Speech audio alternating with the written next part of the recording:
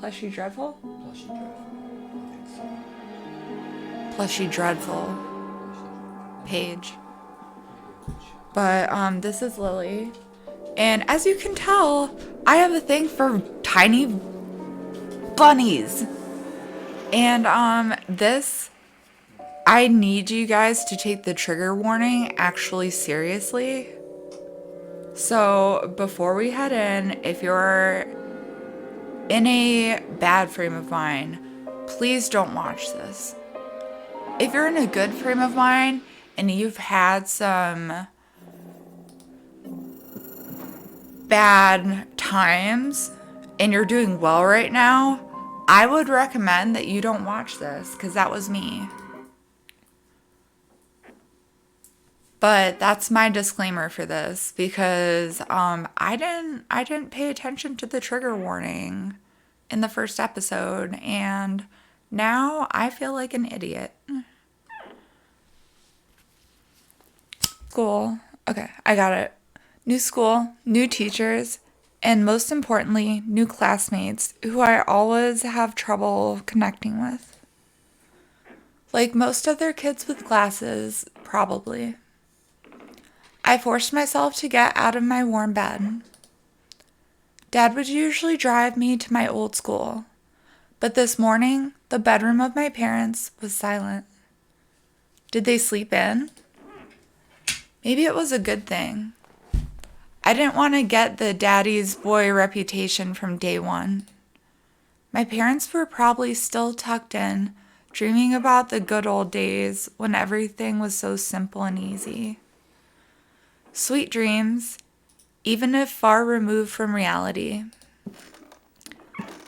I silently sneaked out to the first floor so I wouldn't wake up anybody, especially the peacefully sleeping Oya. I did my best to step on the middle of every floorboard. I used to play like this even in our old apartment. If my soles touched the space between floorboards, it counted as stepping into lava. The clock was spurring me on with its hands. I need to hurry. Faster, faster. I was too fast, so I needed to circle the hallway once again. Boiling lava was bursting out of the cracks between the floorboards. I needed to watch my step, to survive at any cost.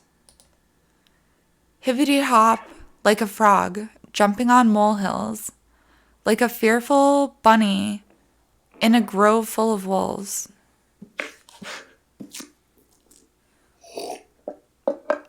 I made a sandwich in the kitchen, shoved it down my throat, and drank it down with cold tea.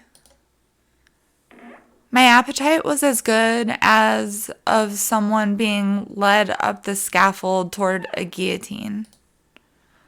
I lowered my gaze and saw that one of my feet was standing on two floorboards at the same time. Burnt to a crisp, huh? I moved my foot. Disgusting little snakes writhed in my belly. The fear of getting hit and being called nasty names. The clock clicked. I need to go. It was dark outside, fitting for an early winter morning. This darkness never fully left the house around here. I took my time tying my shoes, buttoning up the puffy down coat, trying to delay my unpleasant exit into the semi-dark, into the unnerving unknown. I rubbed my glasses for good luck, though. I couldn't remember a single time these thick pieces of glass brought me any good fortune.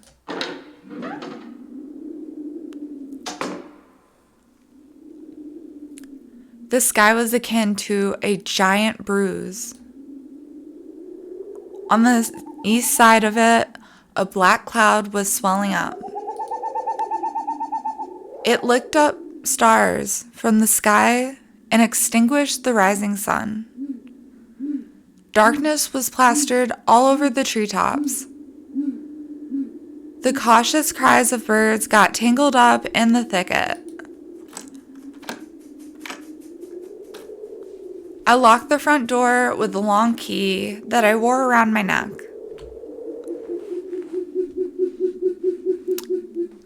My parents made me wear this noose, afraid that I, being a total klutz that I am, could lose the key otherwise.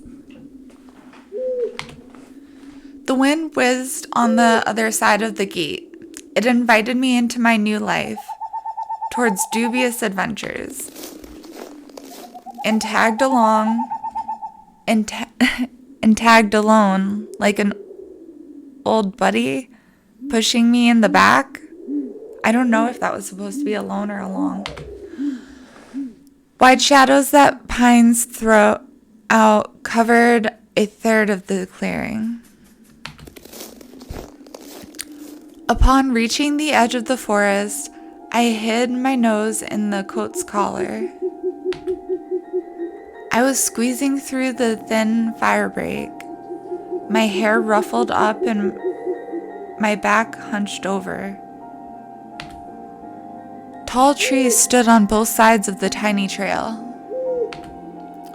The snowy blanket rustled under my feet, and the canopy of intertwined branches above my head cut me off from the already sparse starlight. The night had no plans of moving away from the forest.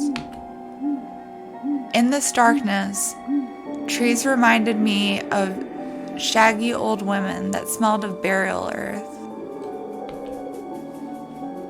Their trunks turned into cracked, wrinkled faces with holes in the middle as their mouths. If I lost focus for even a moment, mold-covered witches would drag me into the forest depths. Then my parents would be walking around these parts screaming my name. But the dead can't answer the living. Or can they? A sense of panic was growing in my chest. I was fine with Dad carrying me into the school in his hands by now, if it saved me from watching the darkness rise up in the ravines like black dough. It felt like someone jumped into the bushes behind me, so I turned around. As soon as I started walking faster, I heard the snow squeaks behind me. The forest took a deep breath with its giant lungs. The windfall cracked. The wind and the birds were left behind in the field. Now I could only hear the forest creak. I walked, listening closely, and the unseen presence grew stronger. As if someone was following me, trying to match the pace of my footsteps. I turned my head so fast it made my neck crunch. The tiny trail behind me disappeared into the darkness. Tree branches overlapped, forming a natural tunnel. Who is there? The question escaped my lips and dissolved into that unending creaking sound of the wooden idols, the pines around me. Why did I think going through the forest alone was a good idea? I'm either going mad, or someone had intentionally lured me away from home. Distant lights granted me a smidgen of hope. A country road. I ran there as fast as I could, as if afraid that the trail will shrink, clawed hands will grip me by the shoulders, turn me around, and make me look at the face of hungry forest denizens. In the end, nobody stopped me. I almost flew to the decrepit wooden bridge, disbelieving my luck. The bridge supports bathed in a spring, tarry and ice cold. I put my hands on my knees and looked up at the forest, then snorted, trying to calm my breathing. The thicket was pretending to be asleep. It looked peaceful, lifeless. The remaining part of my commute lied through a snow-laden road, illuminated by sparse lamplights. I chased away bad thoughts and ran as fast as I could from one circle of light to another, seeking protection from electric lamps. Just like in that game where you need to be the first to proclaim, "I'm protected." Let's see what that game is. Tag. Okay, so I guess it's different in different countries. A kid's game where one player needs to tag other players by touching them with their hand, making them it. In certain zones, normally called the ghoul, players can stay safe from tagging.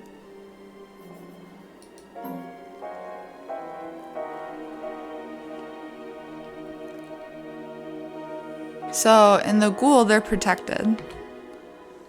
It's just, in this case, that protection was flimsy at best, with darkness writhing outside its bounds. Then I noticed something remarkably eerie.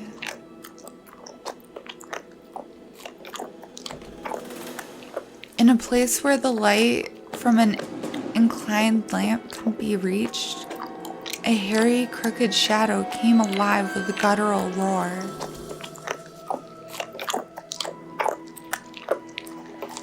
It almost felt like its features deterred light. Its unnatural pose instilled fear. My eyes almost popped out of their sockets as I just stood there blinking, trying to chase away that illusion. But the shadow didn't disappear and even got closer. My insides were gripped by horror. I stepped back and almost fell into the snow pile. The black silhouette, on the other hand, straightened up and addressed me in a sweet voice. Чего крадешься? Душу мою украсть хочешь? Sneaking around, huh? Trying to steal my soul? Words got stuck in my throat. Who could be talking in such a silky voice here, between the forest and the dormant village? Чего молчишь, несмышленыш? Will you say something, dummy? Язык вырвали? A cat got your tongue? Слушай, All я right, тебе еще и нос откушу. I'll bite off your nose then. Будешь знать, как совать его в чужие дела. That'll teach you not to poke it in places it doesn't belong. A girl stood before me, judging from the voice and its silhouette. But I couldn't even reprimand myself for getting scared by a girl before noticing a gaping mouth under her hood with something dangerously shiny inside. I was stunned.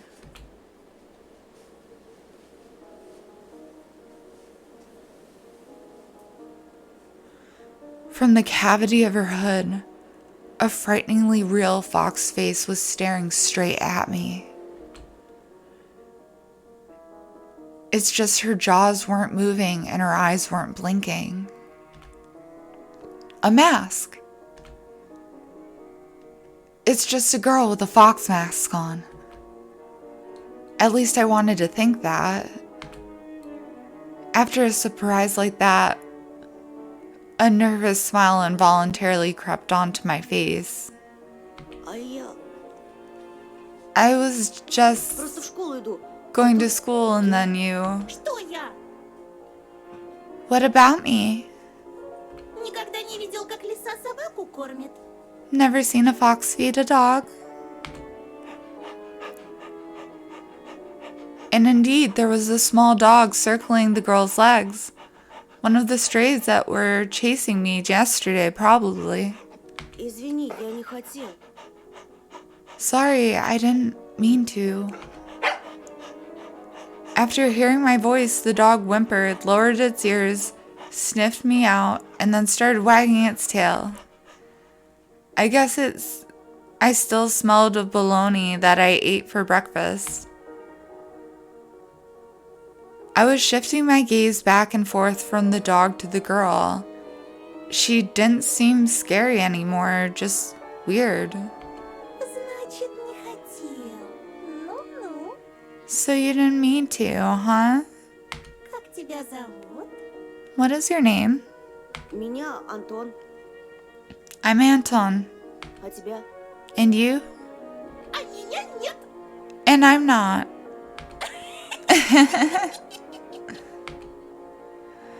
She's weird. Definitely has a couple screws loose. But she has a nice voice. My astonishment has turned into a mix of happiness and relief. This girl I didn't know was definitely human, if a bit eccentric. I was also a bit angry at myself. This foxy girl was walking through the darkness without problem, and I shuddered from every little sound. I could just walk away, but this girl had piqued my interest. The next time a police officer asks me about my friends at the new place, I'll tell him that I befriended a talking fox. Ты здесь живешь? Do you live around here? В поселке? In the village? The fox giggled and purred. She spun around so hard the hem of her coat lifted up. Нет, глупый. No, dummy. Лисы не живут в поселках. Foxes don't live in villages. Хочешь сказать, ты живешь в лесу? So you live in the forest then? Из какой норы ты вылез? Have you been living under a rock?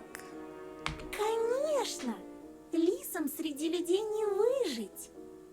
It's obvious that foxes can't survive anywhere near humans. Пока они лисы. As long as they're foxes. Her jokes were also weird. Just like her carnival mask. Papier mache with fur glued onto it. Yo, that looks hella good. A dog reminded us of its existence with a loud bark. I unfastened my backpack. Dad would sometimes throw food in there without my knowledge. Cookies, apples, or even my favorite, crab sticks. He called it a gift from the bunny.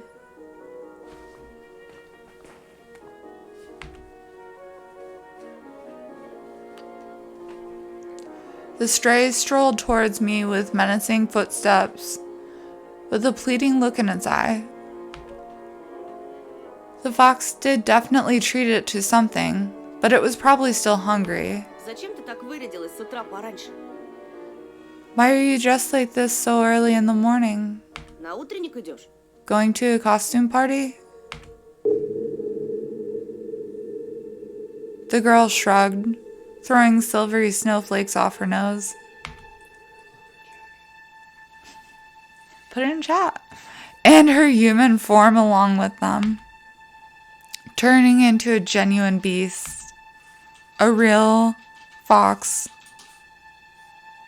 Agile, cunning, dangerous.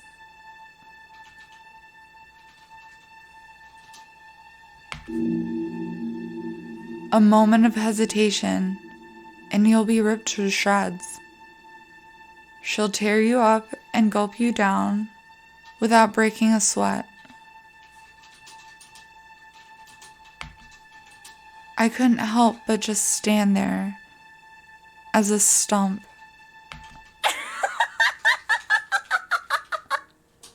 until I heard her calm, melodic laughter hidden underneath the beastly mask. Видел бы ты свою маску, сладенький. I wish you could have seen your own mask, sweetie. Sweet? Did she say sweetie? I got embarrassed. Went right up to my hair roots.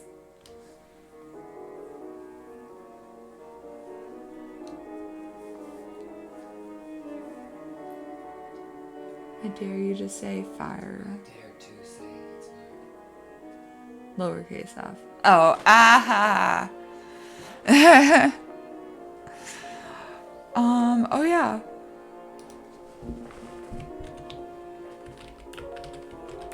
I literally could have just asked you to do this, but whatevs. Oh yeah, I still have to give you permission. I got embarrassed, went red up to my hair roots. Keep in mind this boy, Anton, is 12. We'd seen a fox in a zoo once when we went there with Dad, but it had patchy fur, was gray and skinny. But this girl was of fiery color and furry, just like in fairy tales. Is this going to take a weird turn? I should start putting my little rabbit plushies away. I was still rummaging through my backpack. My fingers that were searching for the dog's treat stumbled upon some soft, crumpled object. Ничего, You'll see. скоро проснутся настоящие звери. The real beast will wake up soon. Спроси-ка лучше у них, где они взяли свои человеческие лица. You should ask them where they got their human faces. The girl's shadow is dancing in the lamplight. The dog yapped in agreement. I freaked out and dropped my finding in the snow without getting a proper chance to examine it. Cold wind constantly covered the hole it created with the snow. The dog rushed to dig it out, wanting to get its treat. And the fox just snorted. Now I was so embarrassed I wanted to sink through the snow. It was still dark outside of the electric circle. On the contrary, the darkness seemed even more thick. All neighboring houses were sleeping deeply in its inkiness. Inkiness, that's a good word. I did my best to continue the conversation with the weird girl I didn't know.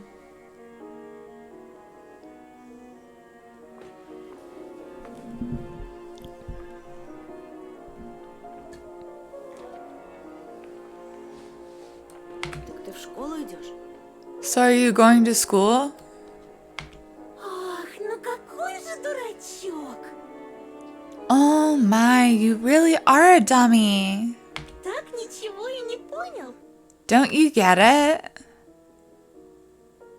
Well, I was trying to be friendly, but she can't stop mocking me. Dude, I don't think foxes go to school. Calling me a dummy and all. Oh, he looks upsetty spaghetti. I should have just moved along without paying any attention to this weirdo and her stupid dog. А ты чего обзываешься? Why are you so mean? Не хочешь отвечать, и пожалуйста. Don't answer if you don't want to. Никто не требует. It's not like I care. Still, something froze me in place, tugging me towards the dark figure. A mysterious appearance, her voice that was velvety and just languid enough. It was intriguing and excited. I was intrigued and excited. I watched her as people watch fires burn. See what I mean? Y'all gotta read the trigger warning. Ой, да не дуйся. Oh, stop pouting. Гляди-ка лучше. Look here. Ты нравишься Жульке. Sulka took a liking to you. The dog was digging through snow with sharp movements, snorting loudly. The fox turned around and looked at the windows of nearby houses, at its timbered front through the white mist. The tip of her fake nose was shining under the lamp's light. И не только ей. And maybe someone else too. I went red again, like a boiled crawfish this time. Is she talking about herself or someone else? Is Chris Hansen jumping out of a bush somewhere? I hope that the semi-dark would be able to hide my embarrassment from the girl. I cleared my throat before asking, А кому еще я нравлюсь? and who is that person? I waited, counting my heartbeat. But the fox didn't reply. Her sly stare was scanning the frosty patterns of someone's windows. She was reading them like a glass book. I wondered what she can see in those winter paintings. The stray stopped rummaging through the snow. It ran to me, holding my object in her jaws. A mitten. Could it be the one I found in the forest? What is it doing here? When I looked closer, I realized that it was just my mitten. Maybe Mom stuffed it in there when I was asleep. A certain missing boy immediately came to mind. Эй, ты знаешь что-нибудь про Вову? Hey, do you know anything about Vova? I imagined the scene. Silhouettes dancing in the clearing. The dance on the night when Vova had disappeared. A boy who, when found, can provide a big reward and maybe save my family. I remembered my birthday, when our parents promised to take me and Olya to Disneyland in Paris. But instead of a long-anticipated gift, they gave me a simple brick game console, visibly embarrassed. I was crying my eyes out back then, demanding to take me to the promised amusement park. That was the first time when Mom and Dad had a big fight. My greediness shattered their relationship. If only I could fix everything. Gather everybody I love and take them to Disneyland. В ночь, когда пропал Вова, я, кажется, видел, как кто-то похожий на тебя плясал под моим окном. On the night Vova had disappeared, I think I saw someone looking like you, dancing under my window. It couldn't be true, but I felt like her mask became even more sly. The fox was sniffing me out. А что, ты тогда испугался? Oh, that got you worried? За себя или кого-то еще? For yourself? Or for someone else? Oh yeah. As soon as I thought about my sister, my chest tightened, and cold sweat streamed down my spine. Ну так слушай меня внимательно, мальчик по имени Антон. Well then, listen closely.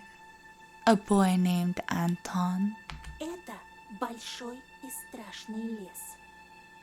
This is a big, scary forest. The girl fox stepped forward menacingly. И я не единственный его обитатель. And I'm not its only tenant. Другие звери уже знают о тебе. The other beasts already know about you. Берегись нас. Этой ночью мы опять придем. Be wary. We'll come again tonight.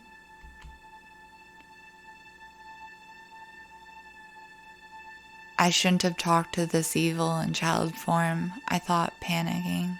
Пока ты со своей семьей будешь спать, подкрадемся близко. When you and your parents will be fast asleep, we'll sneak really close and dance. Макарену! Macarena! Чё? Huh? Эй, Макарена! Hey, Macarena!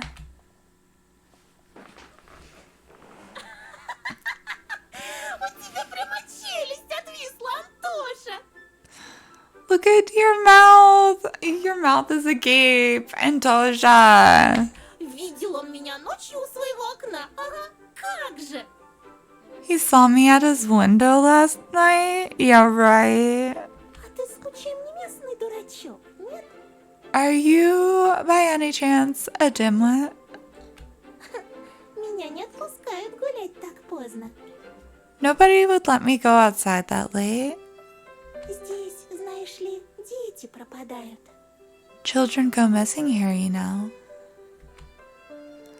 I touched the plastic frame of my glasses, puzzled by her silly joke. She got me scared to death. Ой, да не тереби ты окуляры свои. Hey, why don't you stop fondling your glasses? Я раньше тоже близорукой была. I was also nearsighted once. Лучше послушай меня. Может быть, ума наберешься. Maybe if you listen to me, you'll become smarter. Лисичку как обычно называют? Remember, what do they call foxes? Плутовка? Cunning? My words seemed to hurt her. Ох ты ж! Да как ты меня? Hey, what did you? Ой, прости. Sorry. Her laughter was akin to the jingle of a pair of silvered bells. Да шучу я! Just pulling your leg. Конечно, плутовкой. Of course we're cunning. Если ты ловкий и смелый, не боишься с плутовкой водиться, я, так и быть, помогу разыскать этого Вову. If you're agile and brave enough to befriend a cunning fox, I'll help you look for your vulva. Ты же неспроста его ищешь, да? There's a reason why you're doing it, right? I shrugged in reply. Her insight was alarming. Знаю, почему дети повадились соваться в наш лес. I know why children have been swarming our forests lately. Порой там можно найти много всякого интересного. Sometimes you can find a lot of really interesting stuff there. Я вот однажды нашла целый сугроб конфет и купалась в нем. Да так что челюсть слиплась. One day, I saw a huge pile of candy once and I swam in it until my jaws cramped. A pile of candy? I couldn't deduce whether she believed in what she was saying from the tone of her voice. I showed her another smile, a fake one this time. Посмотрите-ка, какой недоверчивый. Boo, so wary. Ну-ну, а что ты на это скажешь? Well, what will you say to this then? She held out her hand in a furry mitten. There was an assortment of sweets in her palm. In the city where I used to live, sweets like these were sold at markets or kiosks. Kiosks, small container type shops selling a wide assortment of products from bubblegum to vodka, clothing, or even home appliances. These types of shops were popular in 90s Russia and more often than not tied to criminal organizations. I didn't know that. Well, no, you know, there do be those bodegas in New York that just be selling knockoffs.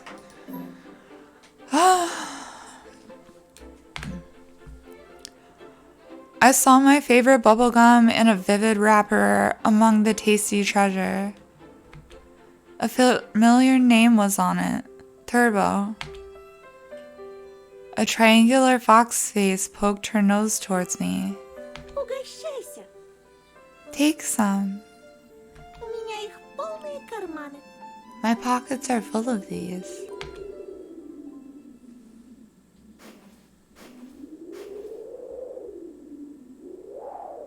I do dumb shit.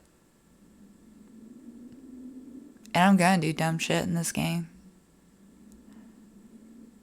I'm gonna trust the furry.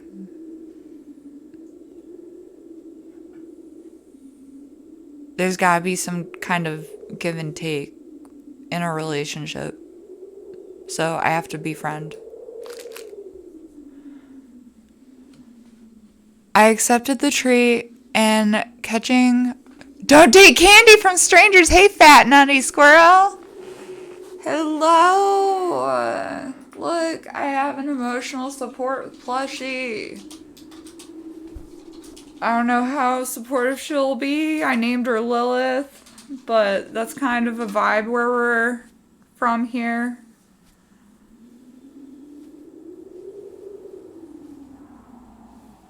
Strangers ain't gonna put shit in candy. Thank you. It's a plushie, dreadful. Like, I do drugs. I am not going to give my drugs away in candy to strangers. That's stupid. That is such a false narrative. And it's weird.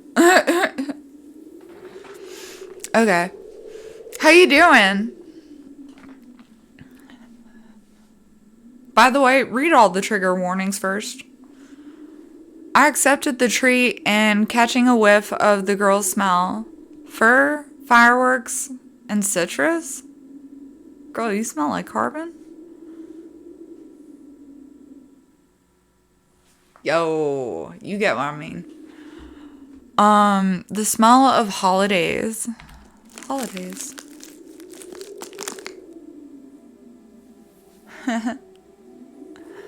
My fingers tingled while I was carefully unwrapping the gum.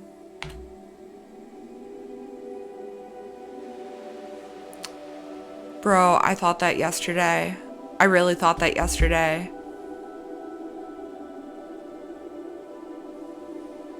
I'm in a bad place.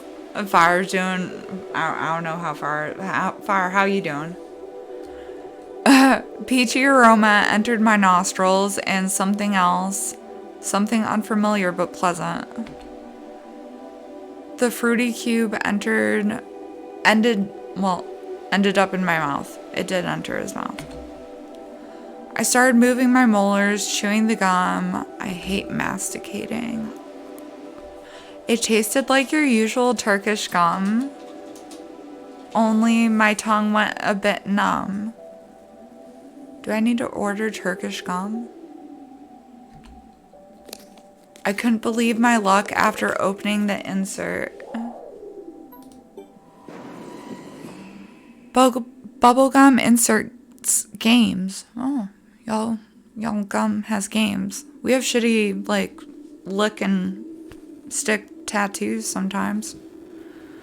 The type of game where players put bubblegum inserts into their palm and try to flip it by throwing it in the air. The player who happens to flip one or more inserts claim them as their prize. Those inserts were often considered as collectibles. Dang. I looked at a Mercedes-Benz, an extremely rare and hence desirable collector's item for any boy from my previous neighborhood. My heart skipped a beat. I was barely able to tear my eyes off the insert, still stunned. Это... This is... Теперь понял, что можно найти в лесу? Now do you see what can be found in the forest? Только на твоем месте я бы туда в одиночку не ходила. Still, I wouldn't go in there alone if I were you. Тебе вон от жвачки в забу дыхание сперла. You get so flustered after simple bubblegum after all. А представляешь, что с тобой будет, если найдешь чемодан таких фантиков? Imagine what would happen if you find a travel case worth of these. Голову напрочь снесет. И пиши пропало. It'll surely blow your mind. Unusual treats. Just like everything else about her. I carefully hid the insert in my bag, as if I was putting a rare butterfly in a can. The fox giggled. This is not how things are supposed to go on a Monday morning. I got an achievement for taking the sweet. Who are you? I refrained from asking that question. She wouldn't answer anyway, or she'll just lie. I really wanted to see what's behind her mask. I was becoming more and more sure that underneath it wasn't just a simple young girl.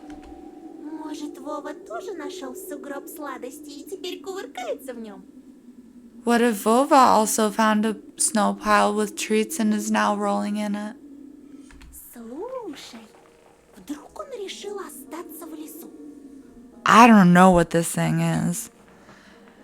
Actually, what if he decided to stay in the forest? Тогда, наверное, ему очень... He must be so cold without his second mitten then.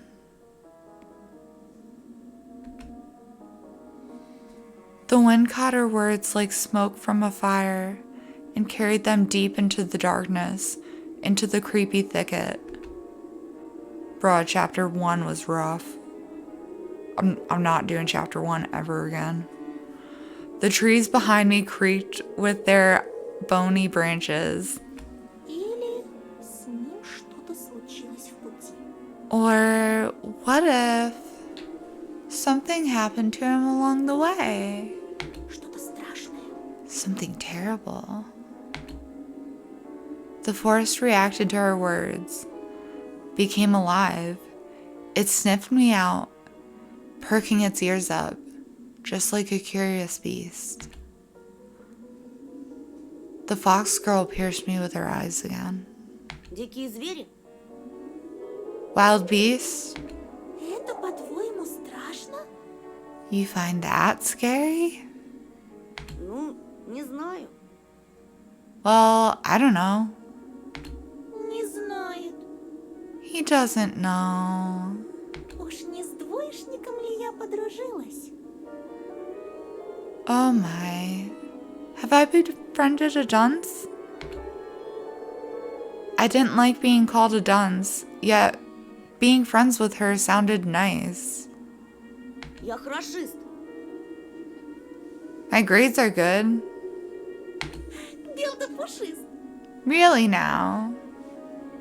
Пойдешь со мной, хорошист Антон? Will you come with me, good grades Anton? Найдем твоего Вову и сам его спросишь, что он нашел в этой пуще. We'll find your Vova and you'll be able to ask him what he found deep in the forest. Ведь пока мы вместе, As long as you're with me, nothing can hurt you in the forest. вот увидишь. You'll see. Worms of worry writhed in my belly. Better run, whispered my mind.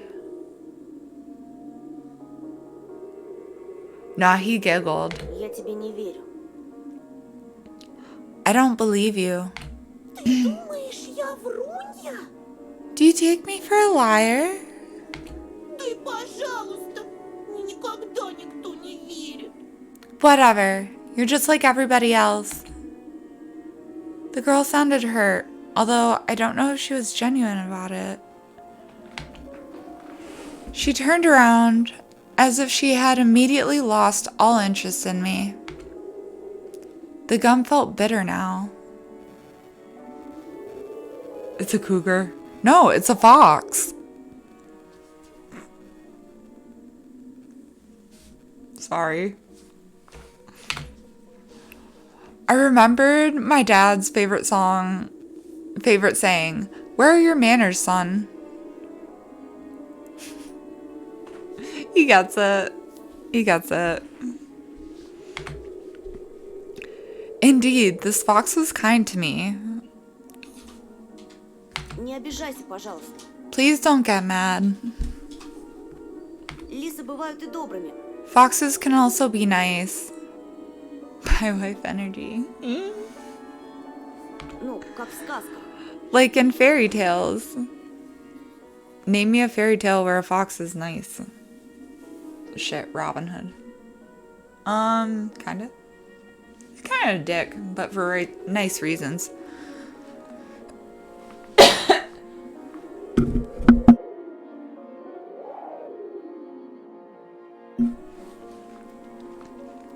Мне бы только понять, что ты за лиса. I just need to know what kind of fox you are. The girl giggled, hiding the nose of her mask in her hands. Тогда пойдем со мной в лес, и ты все обо мне узнаешь. Then follow me into the forest and you'll get to know me. Но не сейчас, а когда расцветет. А то тебя, бедного, всего аж потряхивает. But not right now. When it gets bright. I mean, your whole body is shaking, you poor thing. Да выгляди, кондрашка хватит. I don't want you to get a stroke. Ай да, провожу тебя до школы. Hey, let me accompany you to school. After hearing this, the dog barked in agreement and stopped messing with the mitten. I leaned in, trying to grab the piece of handwear that almost ran away from me. Ну, если тебе по пути... Well, if we're going in the same direction. We went toward the school and the lost dawn. Here and there, the lights came on in the windows of the houses we passed, as if their inhabitants were sending us warning signs. Silhouettes lurked behind curtains. Dogs let out occasional barks. Spirals of gray smoke rose from chimneys. TVs bustled and dishes clanged in kitchens. We watched the village slowly rise from its slumber while carefully treading the snowy wheeled trails. I walked in the left one and she took the right one. The dog was following right behind us. I expected the fox to bring up something weird again, but she stayed silent all the way to school, as if playing with me some game only she was privy to. She would only giggle from time to time when the dog sneezed from the snowflakes that fell on its nose. I was the first to break the silence. Так как тебя зовут? So, what's your name? А, ну конечно. Here it comes. Имена, имена, имена. Names, names, names. Людям непременно надо вешать ярлыки на все подряд. You people always need to put labels on everything. Ну и как бы ты назвал такую лису, как я? What name would you give to a fox like me? Даже не знаю. I don't know, Но я читал про лису по имени Алиса. but I've read about Elisa the fox.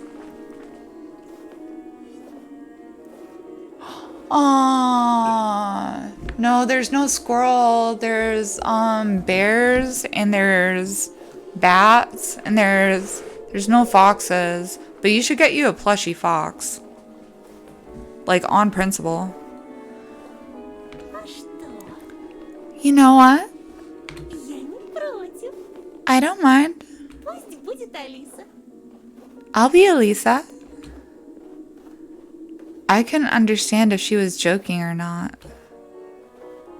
I turned around as if looking for an answer from the dog, from the dark sky devoid of dawn. My silent questions were left unanswered. The school's outline was already in our sight. A giant brick box stuck in the endless night. Lights in its windows didn't bode well for me. The warden trees were guarding the schoolyard. Screams, childish laughter, and someone's whistling tore up the silence. I went here with Mom when we just moved, and the place looked cozy at the time. Empty corridors that smelled of polish, puffy snow outside. The second time I came alone to get the books, and just kept on imagining my peers, rolling down the railings, grade schoolers running to the library, and teachers marching down the corridor with the air of self-importance around them. High schoolers were smoking at the entrance in track pants and wool caps perched on their foreheads. Their appearance destroyed the last hopes for a cozy high school. Their stinging eyes and teeth, yellow from nicotine, their smirks, all of it had the same gloomy effect as the cloudy winter morning. Honestly, my aesthetic. Sorry. Absorbed by my thoughts, I completely forgot about my companion. После уроков жду тебя на заднем дворе, I'll wait for you at the backyard after school, возле повешенного. near the hanged man. Возле кого? Near what? She just ignored my question. Не опаздывай. Don't be late. I hesitated. Blowing hot and cold again. Mom always said that when I would have trouble choosing between two options. Thinking about Mom helped me reply. Я после школы сразу домой. I'm going straight home after school. Эх, Антоша, Антоша, это я тебя так просто отпустила. Well, Antosha, I'm going to let you off the hook. Другие же незаметно подкрадутся со своими улыбочками и вцепятся. Клещами не оторвешь. But the others will creep up to you with their smiles and sink their teeth into you. Won't be able to shake them off as easily. Попомни мои слова. Remember my words. The fox opened her mouth in a wide yawn. What kind of trick is this? Антоха! Someone running in the distance called out my name. I instinctively turned around. Foul. A huge snowball whizzed past my shoulder and hit the dog. It whimpered and ran towards the spring. The darkness devoured it. The fox girl? Yeah! Dude, this game is not okay. Like, on so many levels, this game is not okay. Oh, you get a follow. Every first time chatter gets a follow. What's good? Oh, I already followed you. Hello. If you would like to see the first chapter, I don't know why anyone would, but I did play it. I'll never play it again. It's on my YouTube. Oh, welcome in. Please read all of the warnings and trigger warnings and labels. Because I didn't during the first chapter. Boo. It was bad. The fox girl was also nowhere to be seen. She dissolved into frosty air. Or was she hiding in my shadow? I gulped and swallowed the gum. Unlucky. After taking a deep breath, I went towards the school, towards the cutlets and dough, towards the light raining down onto the snow. Don't have much of a choice. Let's enter. I could hear muffled voices behind the doors, saw blinking lamps. Darkness creeped along the windows, and it felt like the school was drifting in open space. Lurk. Sorry, still lurking. No worries at all. I appreciate everything you do. Thank you for the lurk. And I'm sorry they didn't have a squirrel. I'm going to find you a good squirrel plushie. I'm gonna link it to you. I'm going to message it to you. Darkness creeped in along the windows, and it felt like the school was drifting into open space, like a lonely lost spaceship.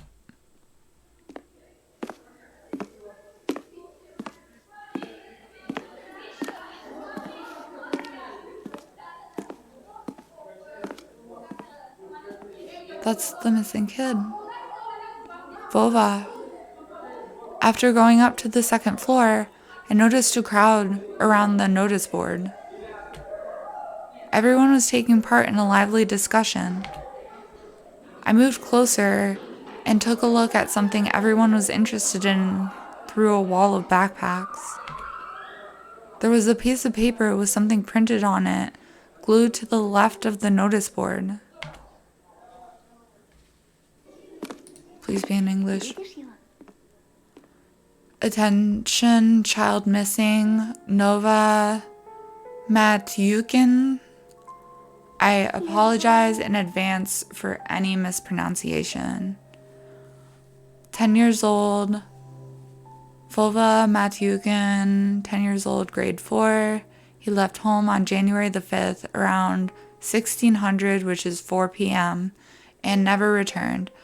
Was last seen at the bridge over the Smorodina River. He was wearing an orange coat with a hood and a black wool cap, so very identifiable. A scarf and mittens with green stripes. Might have had a plastic toy gun on him. Features, I don't know how tall that is in inches because the US is behind. But I do know grams. Skinny brown hair and green eyes. Please call these numbers if you have any information on Vova's whereabouts. The police and Vova's parents. I don't know if that's accurately the police line.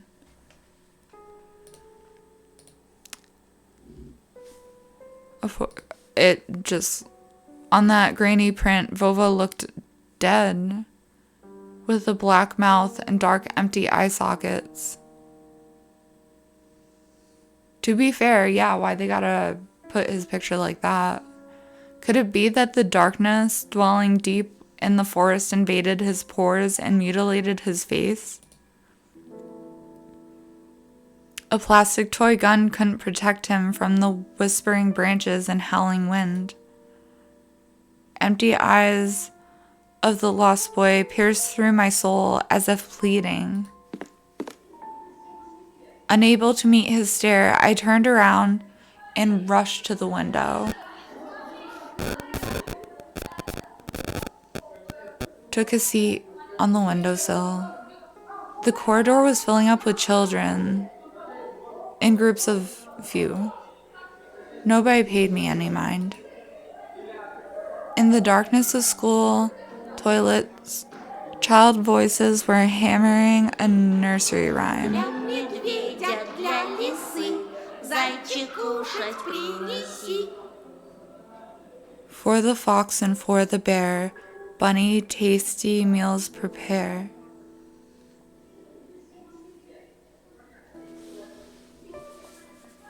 Lily, what are you doing?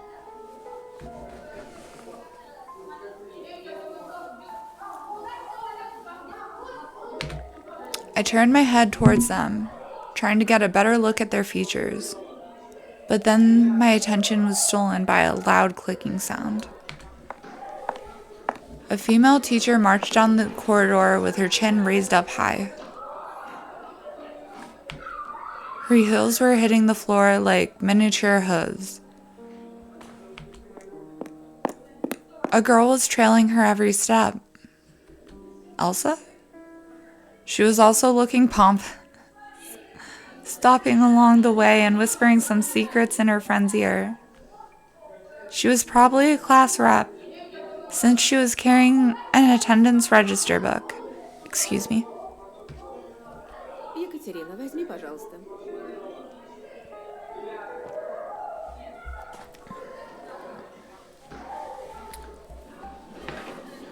Ekaterina, take this, please.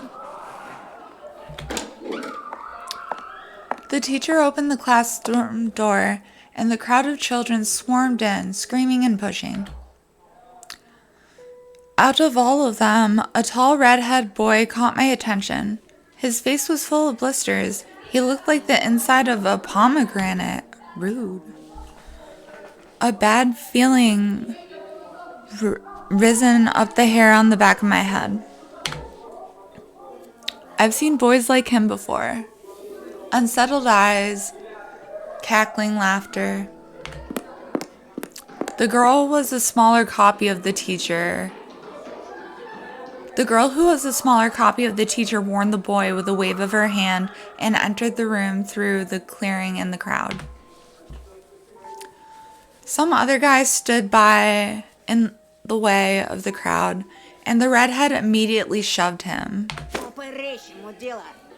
Move your legs, moron. The boy flew head first, flailing his hands, trying to keep his balance. The fatso burst out laughing, and a couple of kids joined the nasty cackle. Oh, I thought he was the one that fell. Like bully revenge. Their laughter sounded like someone was snipping with huge garden scissors. The classroom sucked all of the kids in. The corridor stood empty. I wanted to grow roots and stay on the windowsill.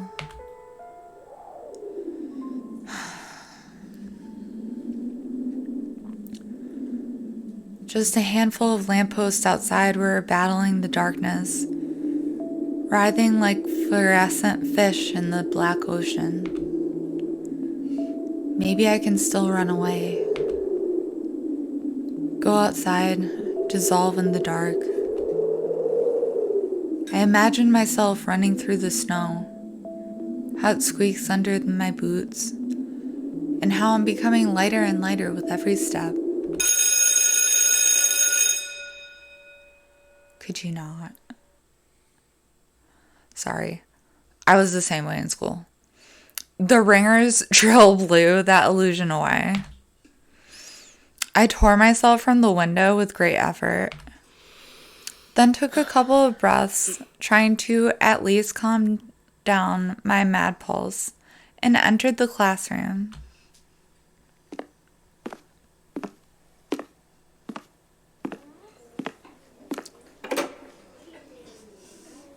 The prim teacher looked at me over the frame of her glasses, clearly annoyed.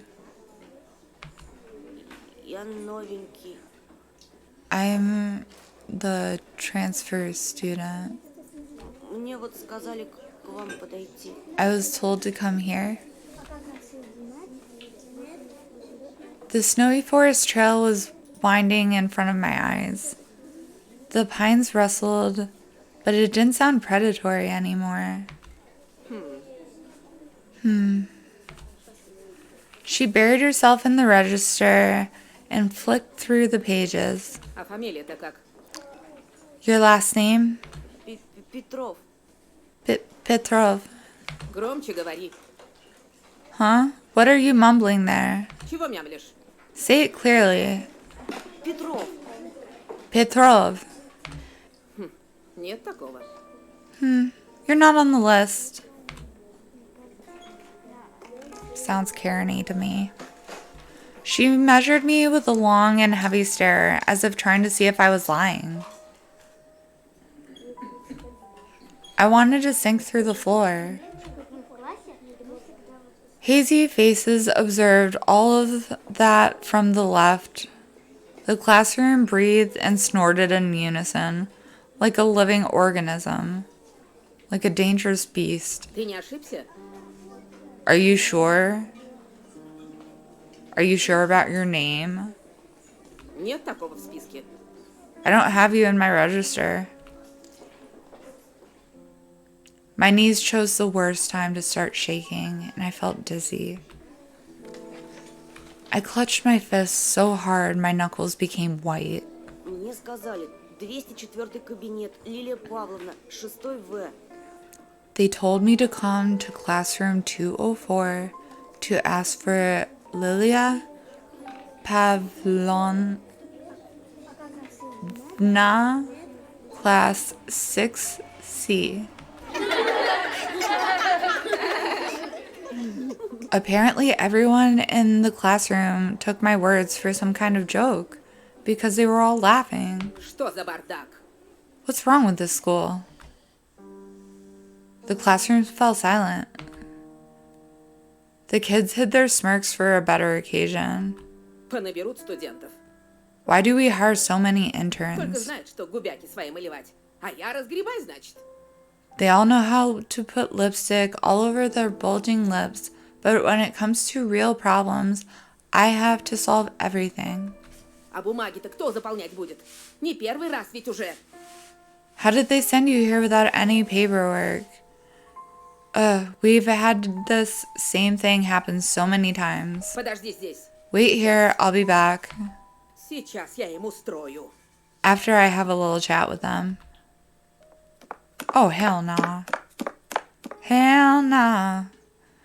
The teacher flew past me, mumbling something to herself in righteous anger, and I was left standing at the center of the classroom, like a convict in front of a firing squad. I lowered my gaze, feeling the mocking stares from all around the classroom directed at me. They prickled my skin, danced on it like laser sights. Once again, I imagined running far away from this place, fighting the clawing wind, soaring high above the pines in one long jump. With the wind in my back as my only companion. The eyes of my future classmates were asking, "This new boy, is he one of us, or is he an outsider?"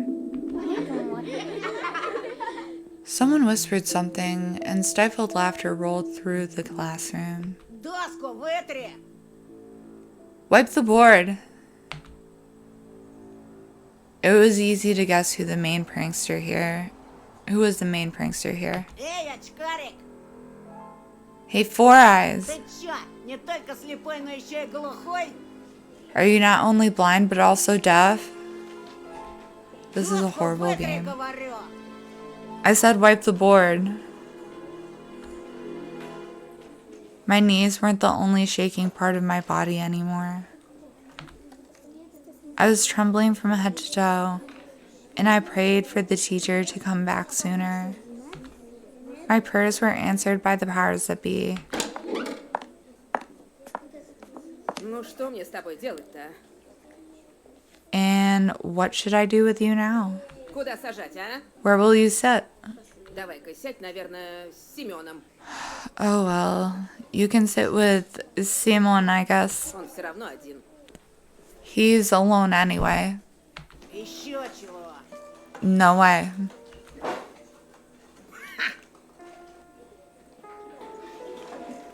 The fatso put his backpack on the seat beside him in defiance, scratched his belly, and smirked. Ты опять за старое? Are you back to your old tricks? Снова бабушку в школу вызывать? Should I call your grandmother here again? The class went silent. А чё она мне сделает? And what's she gonna do? Не она, так я тебе сделаю. I'll be the one to do something if she doesn't. Рюкзак убрал быстро. Put away your backpack now. Simon didn't move a muscle. Again, I apologize for any mispronunciations. He started studying the portraits of writers on the wall, looking bored. I needed to do something to resolve this somehow, to save myself. Я... I cleared my throat and continued in a stifled voice that sounded nothing like me. Я могу за последнюю парту сесть. I can sit in the last row. Там, кажется, свободно.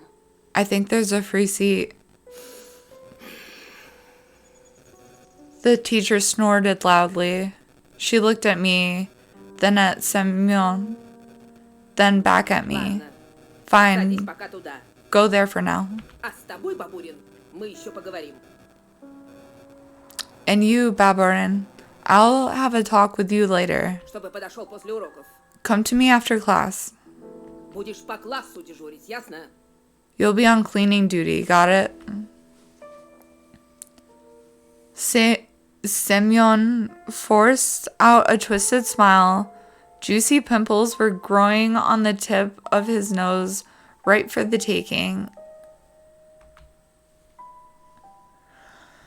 I walked carefully, afraid to stumble and fall, causing another outburst of laughter from everyone, so he didn't trip. Okay. I took my seat at the back, at the last table, where I was met with a pile of old posters. The outcasts took their seats, and the class was ready to start. Вот и хорошо. Начнем урок. Now this is settled, let's start the class. Тема: традиции русской и мировой литературы в рассказе Зощенко «Не надо врать».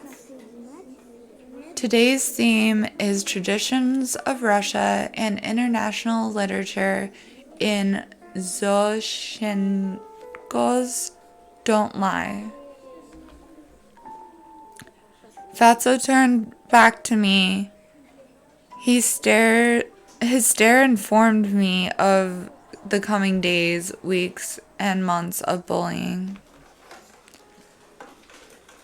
I've got my eyes on you, said his watery look.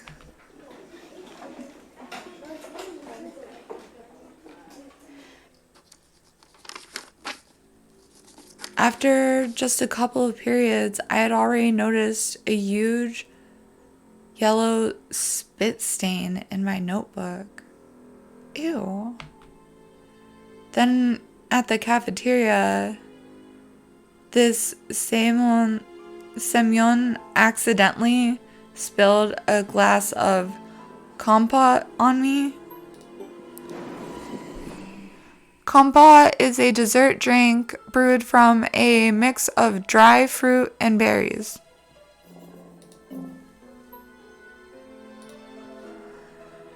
And then he flailed his hands around after exiting the toilet so some of the liquid from his hands would get on me. Ew, before or after he washed. Like, so gross. So gross. So gross. Okay. Yesterday gave, like, young child trauma vibes. Today we get young school vibes. Trauma. Excellent.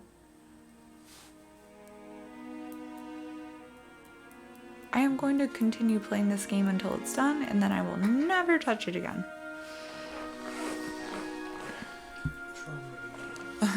Trauma games.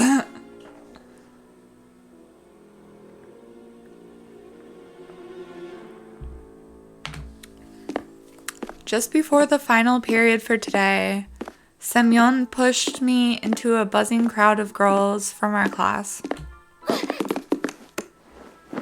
They made way, cursing, but I couldn't hold my balance and ended up ramming my face into the girl I took for the class rep before, right in her chest. Ow! I immediately stepped back, dying from embarrassment. Прости, ты в порядке? I'm sorry, are you alright? Я... Then she suddenly put her hands on her hips. Нет, ну вы посмотрите на него. Will you look at him? Облапал меня прямо у всех на глазах. Groping me in front of everybody? Я сейчас все маме расскажу. I'll tell my mom. Тебя из школы выгонят, извращенец. They'll expel you, pervert. There was some sort of sadistic pleasure in her eyes, as if she was a child who was about to put a lit up match to the Schaffer beetle. I don't understand that reference, but if anyone does, feel free to enlighten. Я нечаянно, меня толкнули. I didn't mean to, he pushed me. Все видели. Слепых среди нас нет. We all saw that, no blind among us. She stared at my glasses while showing me a creepy smile. I started to fume on the inside, but Semyon's laughter cooled my head. Толкнули? Чё, правда?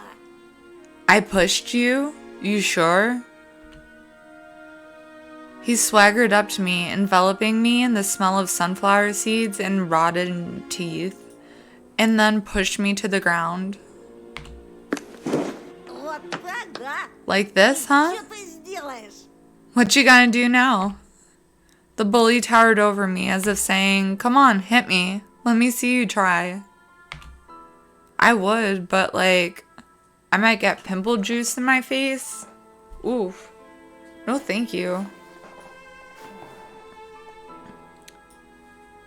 I can't play this game as myself. I cannot. I'm just going to, usually I'd fight back. I'm not gonna. I don't wanna. I breathed in loudly, stood up, massaged my temples. Semyon made a mocking face as if asking me wordlessly, and what are you going to do about it? I looked at his red fist that seemed so big to me at the moment and realized if I said even a single word, I'd get hit. And he'll keep on hitting me until I cry, or maybe even that won't stop him. And nobody was going to help me. Простите, Sorry, я I споткнулась. tripped. What a pathetic squeak. If you could actually burn up from shame, I would have been reduced to cinders by now. Ходить нормально научись. Learn how to walk, Слепошара. blind rat. I lowered my eyes and squeezed past Semyon. He showered me with the smell of decaying teeth. Пока-пока, терпела. Bye-bye, sucker. The fatso let out a loud snort behind my back. My muscles became wooden, and I felt him wiping his hand on my back. Ew. Humiliated and insulted. You don't know how to stand up for yourself. That's an achievement. I continued walking, listening to demeaning smirks from all the sides. It was even worse than I expected.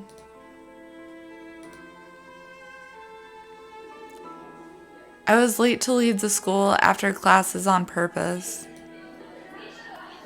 Semyon didn't attack the last period, so I was hopeful. What if he decided to dodge to the cleaning duty and ran home, forgetting all about me? This was a relief. I didn't want to meet him in the empty hallway. The smirks of my classmates stood before my eyes like overturned horseshoes. My classmates had a lot of fun at my expense, but those who missed the show were asking the others to describe my bullying in full detail. I should have just transferred into a school for freaks. I'd be less conspicuous among hunchbacks lame-legged and disfigured. Can't believe these words are leaving my mouth. I hate myself for this. I'm just gonna get through it and I'll never play it again. These are not my views. While the other students were leaving the school, laughing loudly, I was pretending to skim through my books near a window. I was staring outside, nervous. Semyon was nowhere to be found in the front yard or near the school gate. I didn't really believe I was this lucky, so I decided to be extra cautious and stayed for some more time in the corridor that was gradually getting less crowded. All of the bustle moved to the first floor. There was a skeleton peeking out of the biology classroom. Some jokester put a cap with the American condor on its head. The sound of running water was coming from the bathroom. I was the only person left in the whole school. I'm not alone, a thought suddenly came to mind. I remembered the missing boy. His portrait was on the notice board near the schedule. I remembered his smile, looking at me, and the fact that he's mostly alright. He probably already died. Привет. Oh, hello? I shuddered and turned around.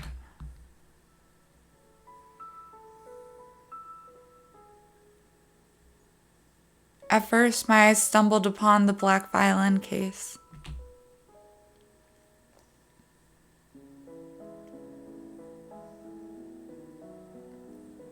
She's so pretty.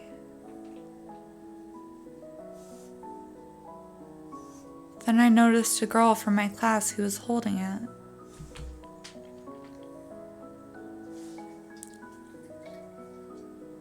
She sat in the first row of the second column. I could swear I caught her looking at me a couple of times. And I was sneaking glances at her myself. Sometimes it just feels nice to look at something pretty. The spring, the sky, or a girl that's not in the crowd that laughs at Semyon's jokes. And she wasn't whispering the dirty laundry of other people to Katya. She spent all the breaks just like me, staying in the classroom or looking in the window or drawing something in her green notebook. Здравствуй. Hello. I turned red and pretended I was studying the pattern on the wooden floor. Я видела, как Бабурин тебя толкнул. I saw Baburin push you. Ты в порядке? Are you alright? The bump on my head hurt, but it wasn't all that much uncomfortable. В порядке. I'm fine. Пустяк. It's nothing. Ага, пустяк. It's definitely not nothing. Этот придурок в последнее время совсем распоясался. That idiot can't control himself at all lately. Врезал бы ты ему. You should have punched him back. Угу. I mumbled in reply. Вроде Семен раньше таким не был. Semyon wasn't like that before. Он к нам недавно перевелся. He also transferred here just recently. Бабушка мне его по секрету сказала, что он словно взбесился. His grandma told me that it almost felt like he went mad. I started shoving books in my backpack to at least put something in my hands. The girl looked at me with her clear, attentive eyes. А ты за рекой живешь? Do you live over the river? В том деревянном доме? In the wooden house? Ну да. Yeah, Там, наверное, страшно. must be scary living there. Да еще через лес идти. And you also have to cross the forest.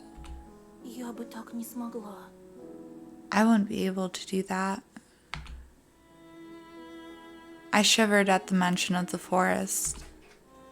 I thought of intertwining branches, of a snake-like trail, of endless darkness that spread like mold among the crooked trees. So I straight up lied. Да не так уж там и страшно. It's not that scary. А что тебя так пугает? What's so scary about it for you? She smiled for a brief pause, as if brushing off a daydream. Да так, ничего. Well, actually, never mind. Меня, кстати, Полина зовут. My name is Polina, by the way, А меня Антон. and I'm Anton. Ну, это я знаю. I already know that. Ой, мне на музыку пора. Oh, I have to go to music class. She made a couple of steps and stopped. Amazing. Polina didn't look like those beauties from the magazine posters or actresses from the movies. But in the flickering light of the ceiling lamps, she looked so much more alluring. She is gorgeous. А ты играешь на чем-нибудь? Can you play anything? My parents bought me a guitar a couple years ago. I immediately remembered my meager attempts at making music. Change. We're all waiting for change.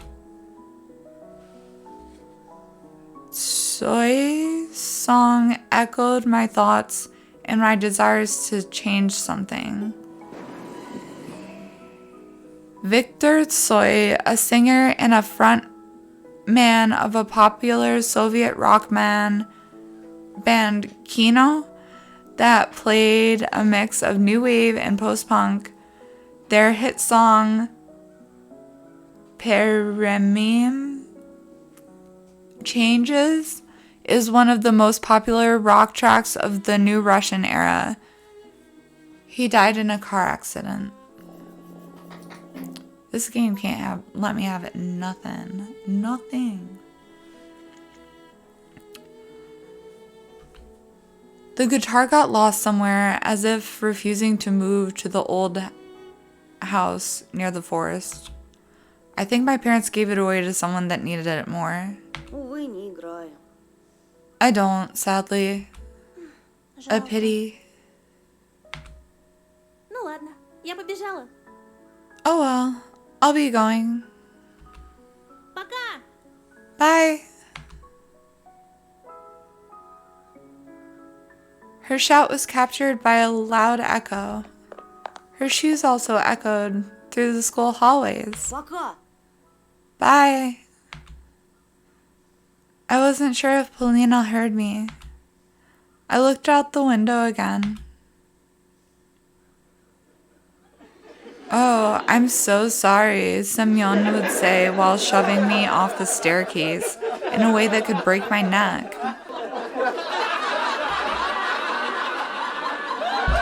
Hi, Turtle Pizza Power. This game is extremely creepy. I fully suggest that you read every content warning available. Happy Thursday to you too.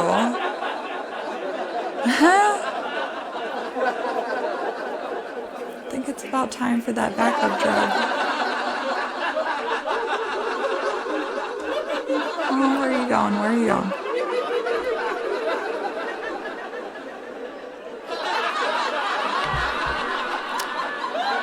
And this kept happening every day. Ha! Yeah, it kind of do. How are you? How have you been? I couldn't relax for a moment because of this string of coincidences. And to my horror, that's good. That's good. I hope you stay that way. And to my horror, I realized that I was only going to get worse and I couldn't do anything about it. I always looked down at school and counted down minutes until the classes ended. Only in rare moments when I caught Paulina's eyes on me, I choked from embarrassment and was ready to fight, but as if to mock me, nothing happened. Then my rage subsided and everything returned to normal. Thank you for visiting, Turtle Pizza Power. How have your streams been going? I've been lurking. I have notifications for you, Broken. I think you're in my host list. But, yeah, for real, read the trigger content warnings on this, because, oh my goddesses. I played chapter 1 yesterday, and I was not okay. I needed a full day of aftercare. And I'm still not okay, but I'm gonna go through this game once, and then never again. I'm going through this game. And then my rage subsided and everything returned to normal. I always went home alone. First, I slipped through the village, then over the bridge, across the river, and then finally through the forest.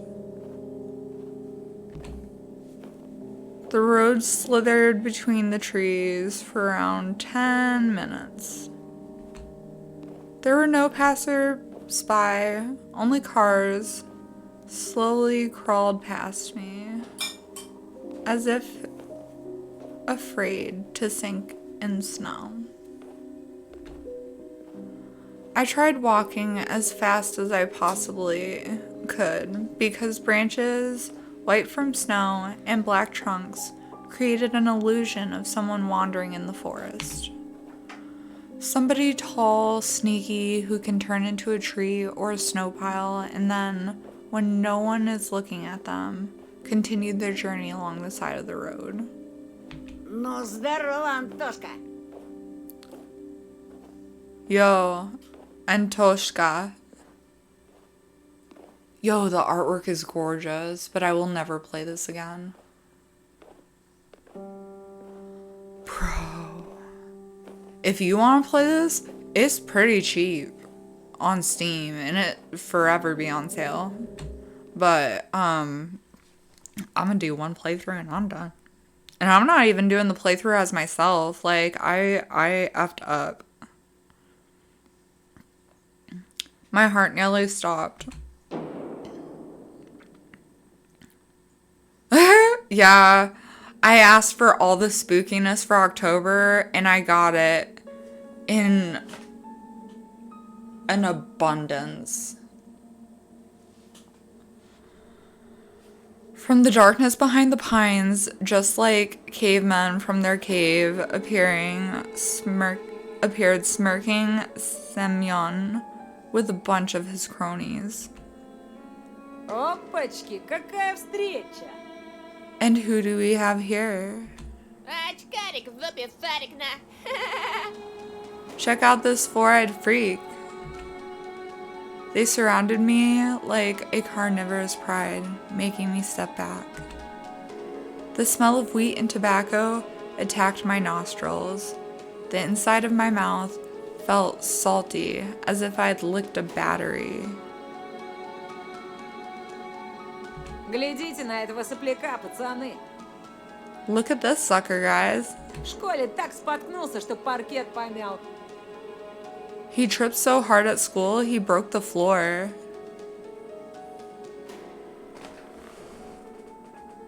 Holy shit, boss.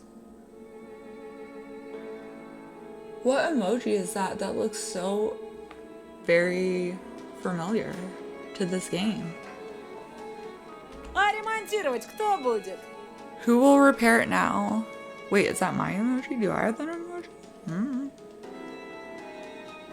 What emoji is that? Who will repair it now? Кинешься на ремонт, терпила. Will you pay for it, wimp? Не бзди, мы тебя правильно ходить научим. Don't worry, we'll teach you how to walk, right?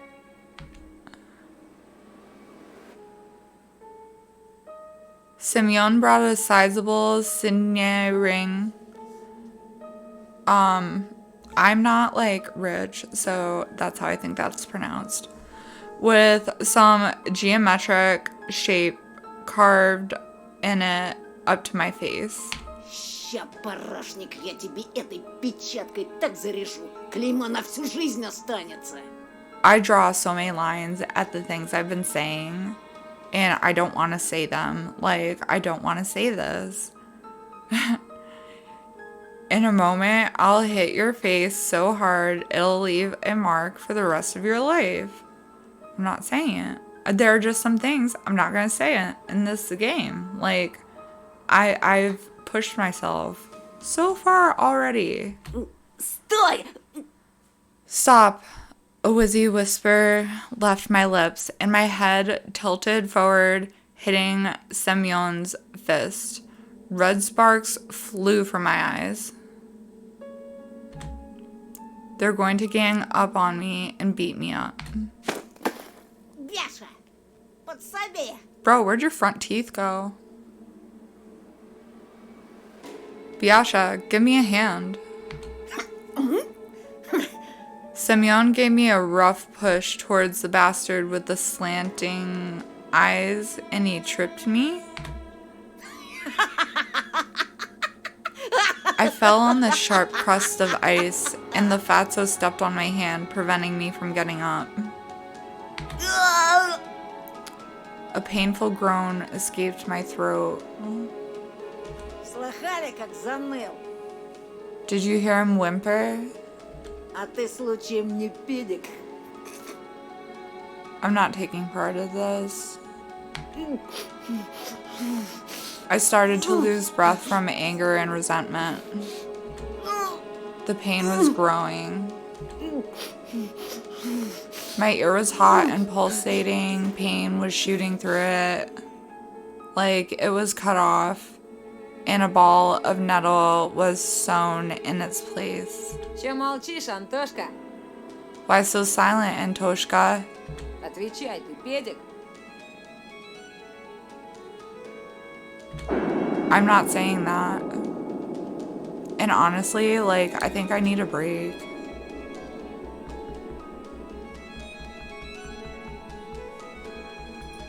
I'm gonna take like a quick 2-minute break.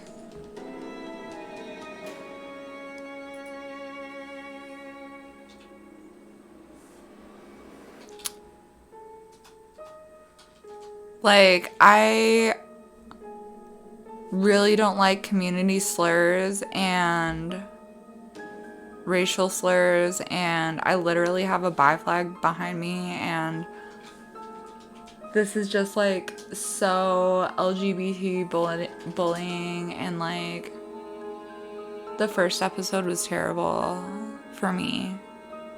So I'm going to take a 2-minute break, walk around my house for a little bit, maybe hit the bowl a few times, cuddle with my dog, and I will be right back, okay?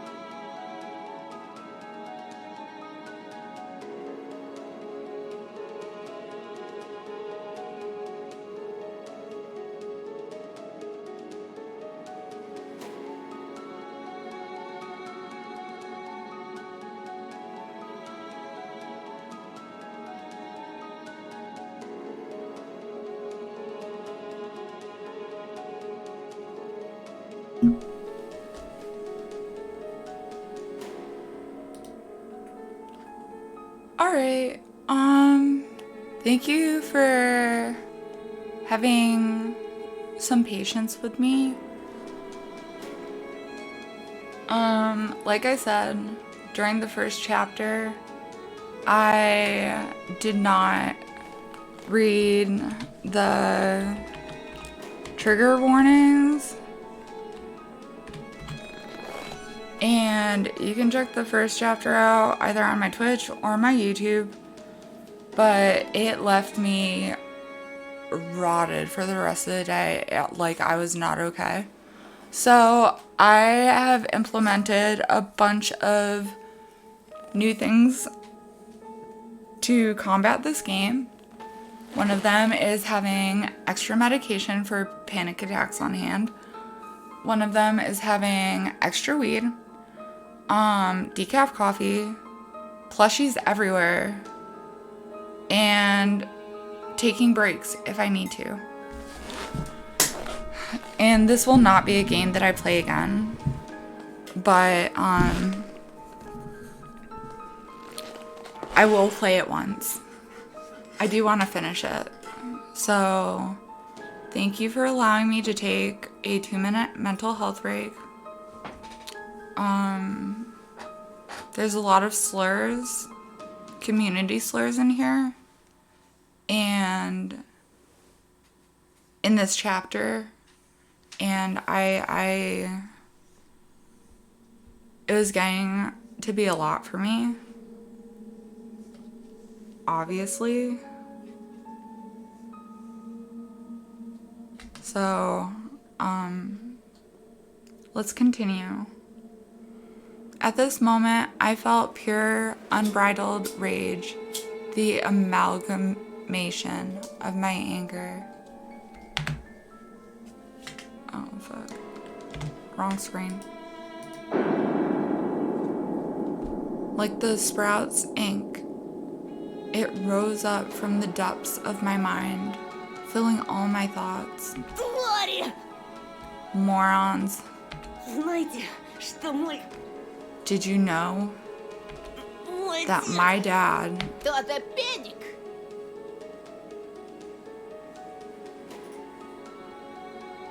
is also a fag?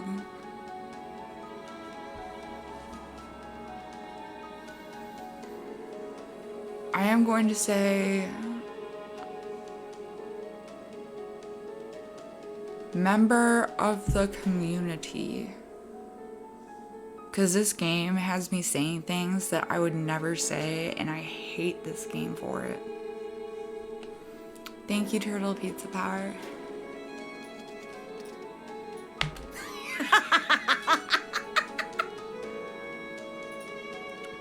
Semyon burst out laughing. This became the last straw. Fear and anger were grappling inside me like mad dogs. Он айкидо занимался. Поняли? He knows Aikido? Got it. Он еще воевал. And he's a vet. Таких, как вы, с закрытыми глазами убивает. He'll kill the likes of you with his eyes closed. Я только слово скажу, он... One word from me and he'll... The boy in a tracksuit raised his hand, stopping the torrent of lies, and made a couple of steps forward. Semyon slowly backed off, giving me an opportunity to stand up. It was a surprise for me. Seems like Babarin wasn't the leader of their gang. In reality, they were all listening to the boy who was looking like a small carnivore with very strong and sharp teeth. Pines were swaying back and forth like solemn guardians. Did he believe me?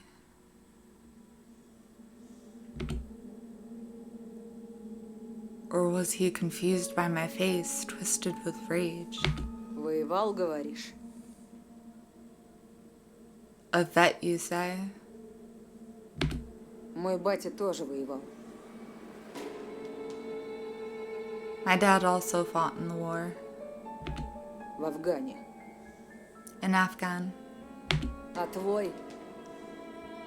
And yours? И мой. Mine too. Да, и в каких войсках, интересно? Oh really? What force did he serve in? I stumbled. Fear chomped at my rage's throat and made it bleed. Да он фуфло гонит, Ромка. He's full of shit, Romka. Бля, будуна. Sure as fuck, eh? Думал, меня так просто развести? Did you think I am so easy to trick? Я тебя, сучонка, насквозь вижу. I can see through all your lies, little bitch.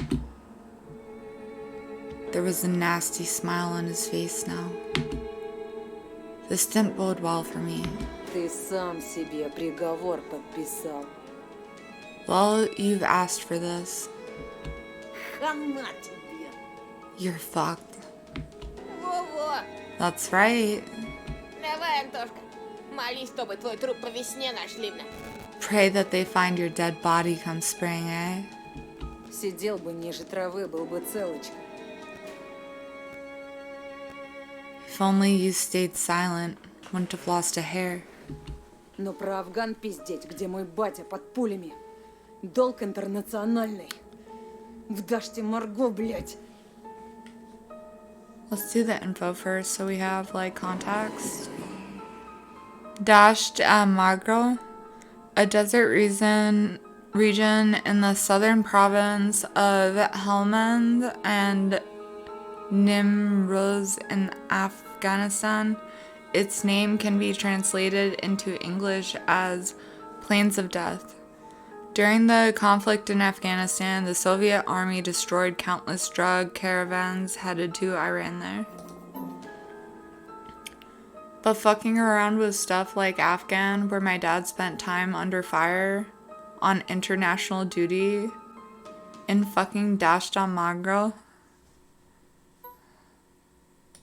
Сёма, ушатай-ка его.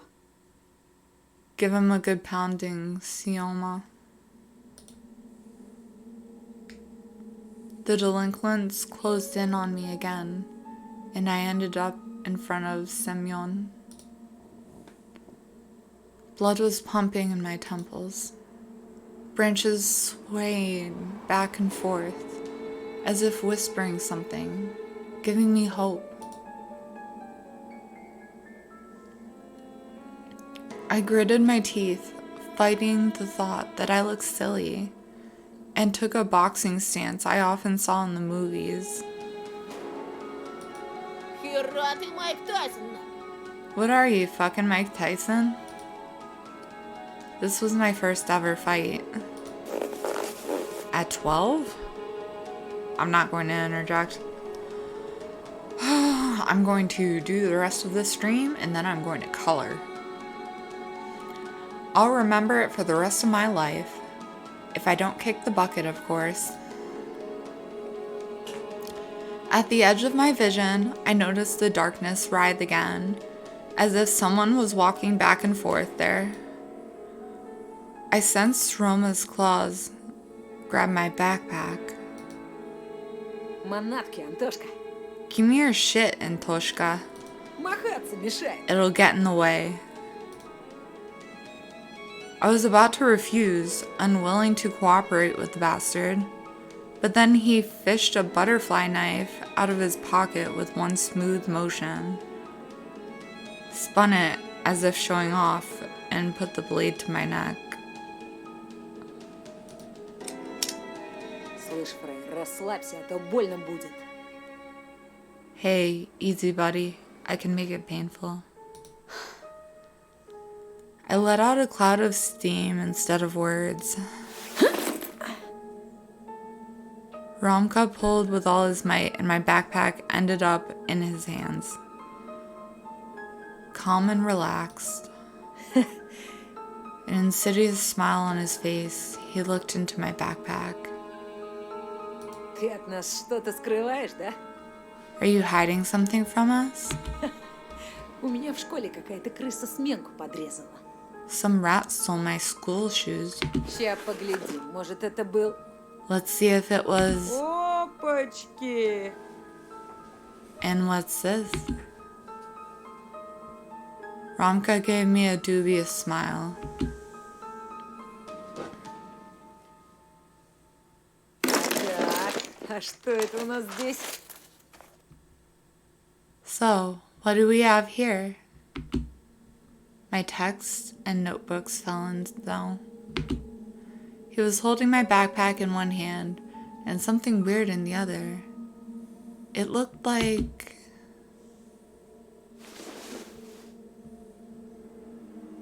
a mask.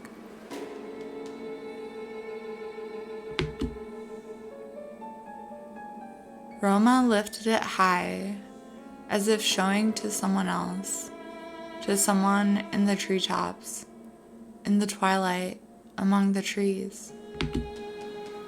An old bunny mask, long worn-out ears, barely visible nose, and whiskers, mangy fur on the sides.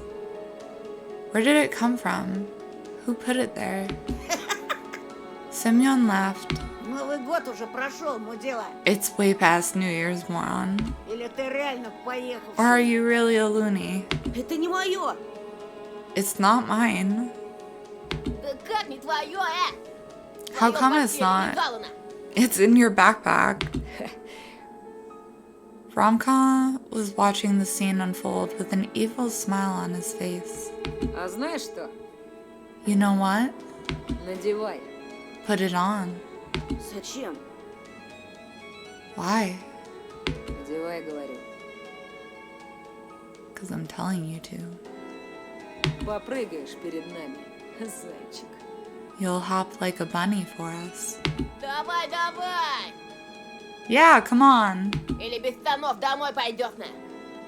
Or we'll leave you pantsless. Anything but this. What if someone from our class will pass by? For example, Polina? Нет! No. Сёма, надень-ка на него. Sioma, put it on him.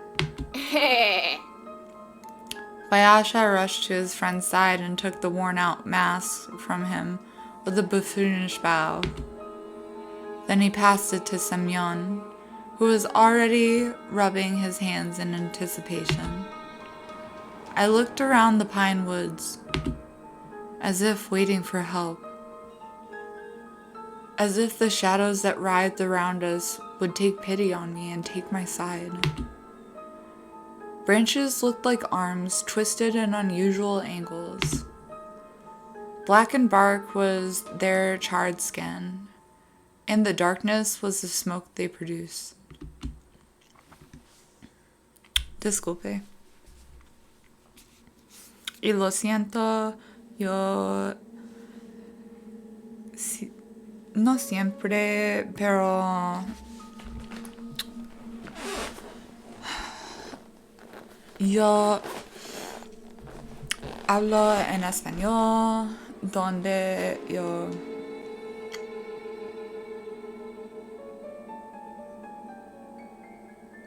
no bien y así y más está mi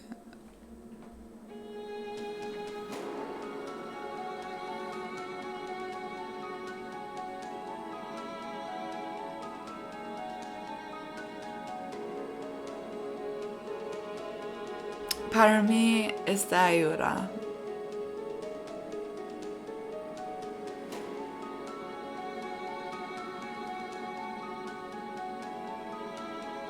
And I just realized I explained it all in Spanish. If I start speaking Spanish, I will catch myself usually, but it was my first language. I know a little bit of it still. I speak a little bit of it still, And I go back to that when I need to because it helps me in a way. So that's another one of my little coping mechanisms.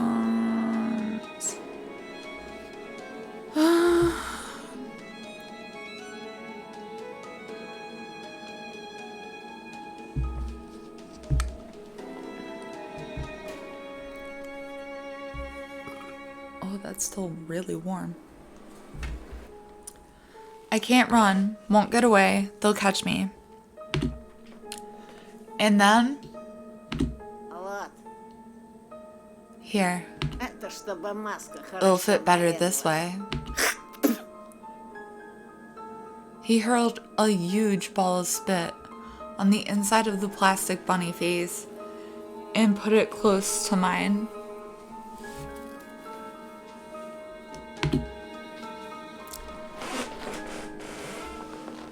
His spit looked like a squash spider.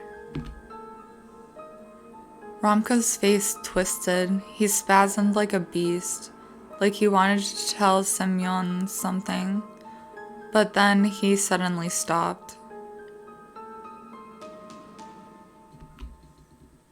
Semyon was still close by, with a disgusting smirk on his face and a terrible smell coming from his mouth.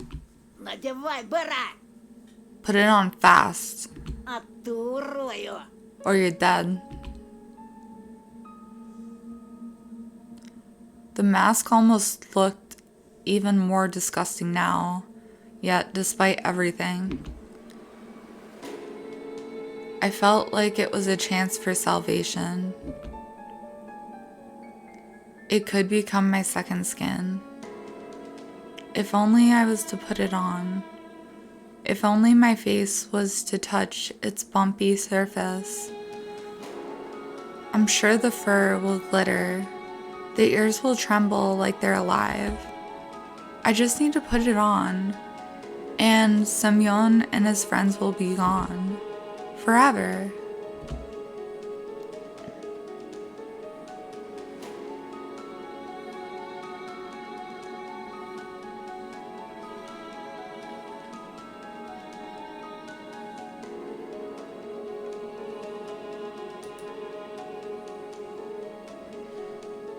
I reached out.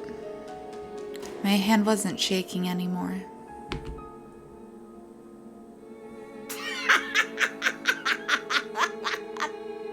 I would wipe the spit off first, but Semyon handed me the mask and let out an evil laugh. The fur felt warm to the touch, just like I expected. I got goosebumps. Electricity flowed through my spine. Вот оно, This is it, мое спасение. my salvation. A voice whispered to me from the well of my subconscious, just put it on, and no one will hurt you. The forest froze, gazing at me with cracks in the bark. I acted slowly. I took off my glasses, got rid of the nasty spit on the paper mache. There was movement inside the bunny face, as if something was trying to break out, and I needed to help it. I lifted up the mask and started moving it towards my flaming cheeks. Just like in that movie with Jim Carrey, the mask had power. The mask had strength. Carton touched my skin.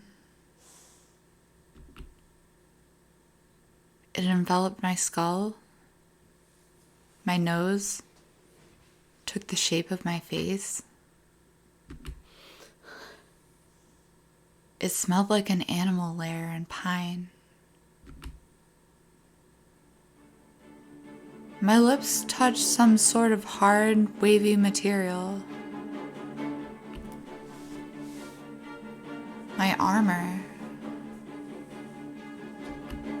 Strangely enough, though, through the slits of the old carnival mask, I was able to see as good as through my glasses. A trio of boys, frozen in the clearing. Snowflakes, frozen in the air. The trees whose shadows formed black streams towards me. And a weird silhouette in the early twilight behind the windfall.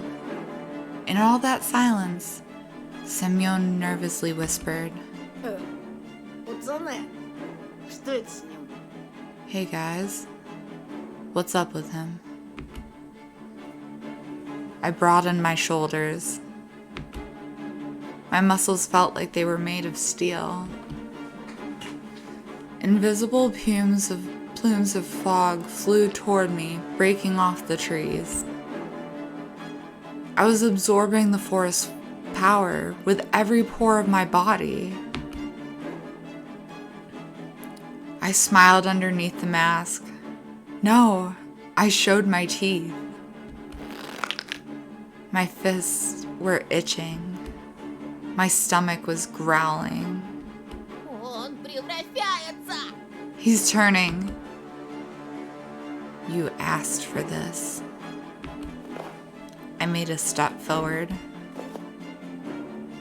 Semyon carefully stepped towards me, as if he was walking on thin ice. A trail from my dreams snaked in front of me again. Endless, alluring, it was beckoning me away from all my problems to the new wonderful world, the world of Magic Neverland. I pulled on the zipper, opened my coat, and threw it into the snow with a fast motion. Then growled. I felt like something was frantically looking for the exit underneath my skin. I went towards Semyon. Он превращается! He's turning. Твою мать! Fuck. Превращается! Turning. Конченого мудака!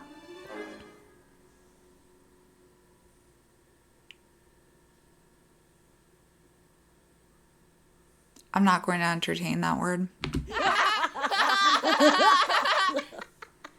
The clearing blew up in hysterical laughter.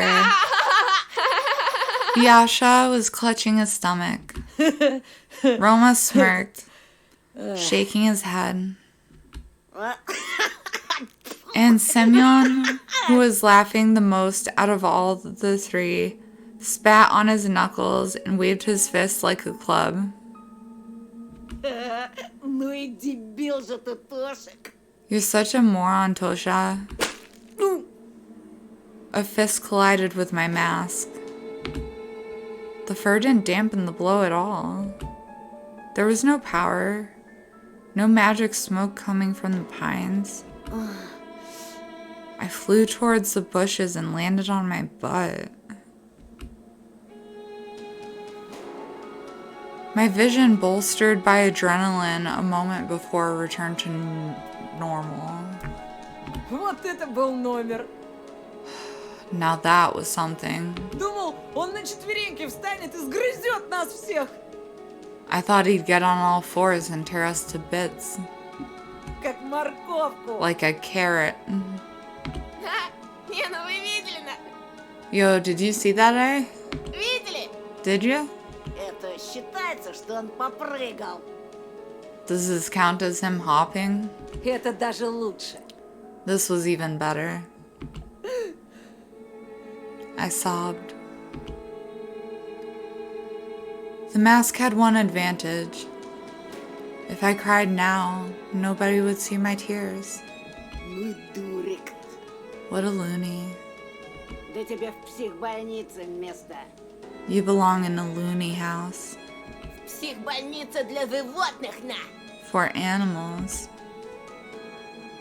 Semyon put his knee into the snow pile and ripped the glasses out of my numbed fingers. Отдай очки. Give my glasses back. Я домой не дойду. I won't make it home. Чё ж, Bullshit. знаешь, какой у зайцев нюх? Haven't you heard that bunnies have good sense of smell? По запаху доберешься, не ссы. So don't worry. Just use that. Прыг-скок, прыг-скок.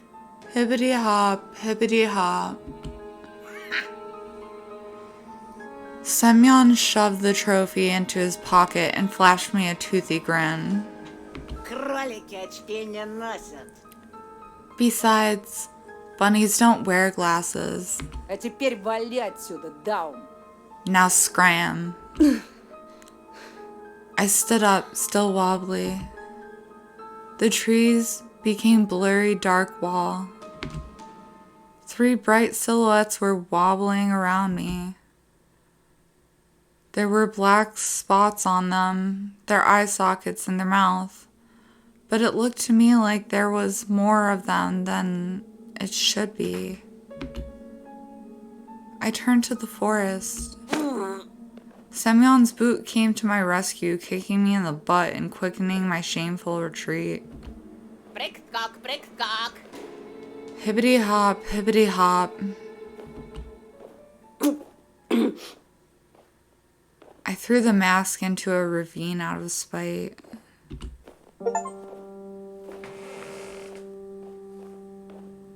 Masquerade achievement. And then zigzagged through the fire break alone in a giant snow-laden world. The trunks around me bent in all directions. Their treetops disappeared into the darkness above me. The sky was pushing me down. I wanted to cry, but my eyes were completely dry by now. Only sadness and longing were left. A desire to bury myself under the snow or leave for the Neverland, joining Vova and Senya. Who's Senya?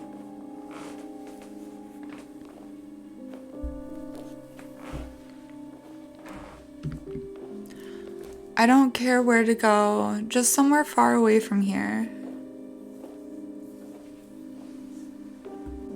Did I? Yes, I do have a hair clip in. Somewhere very far away.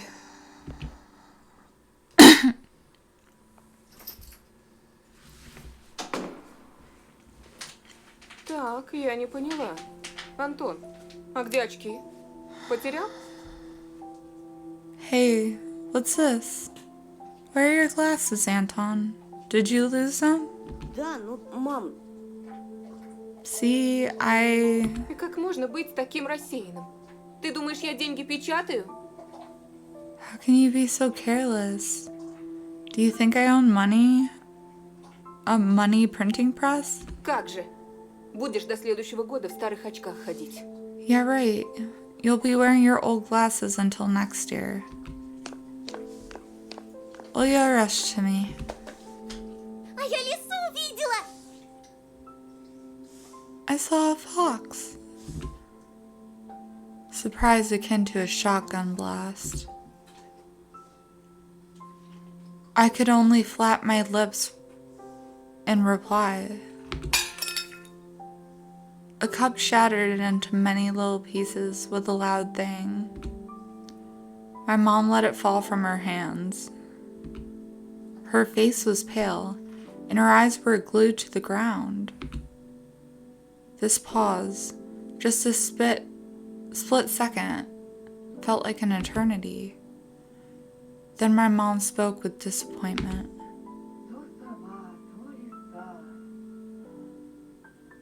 First it was an owl, now it's a fox. Will you ever get tired of this? Правда, правда! But it's true. Такая пушистая! She was so fluffy. Она у забора стояла на задних лапах, совсем как человек. She stood on her back legs near the hedge, just like a person. Она меня позвала, а тут мама вышла, и лиса убежала. The fox called my name, but then Mom came and she fled. There was no fox. Stop making things up. Не подходи к ней. Don't go near her. If it was necessary, I was ready to shake my sister as if she was a doll made of cloth. Ты чего, Тоша? What's wrong, Tosha? Не подходи, слышишь? Don't go, you hear me? Mom entered the hallway and gave me a surprised look. I hesitated. Ну, лиса ведь укусить может. Well, a fox will bite you. I remembered fairy tales where foxes used to kidnap children. I imagined Elisa, liberated carnivorous, running through the night forest with a dangling sack in her hands. Это ж была не настоящая лиса. It wasn't a real fox. Расскажи ему, Оль. Tell him, Olya. Она на 2 ногах ходила, а еще была в платье одета. She stood on 2 legs and wore a dress. Только она была взаправду. And she was real. Видишь? See? Mom showed us a tired smile, as if it was the only explanation needed. I also forced myself to smile. My smile was like a thin piece of soap right before it dissolves completely on your palm. But when I was left alone with my sister, I whispered, Еще раз увидишь ее, беги. "If you see her again, run."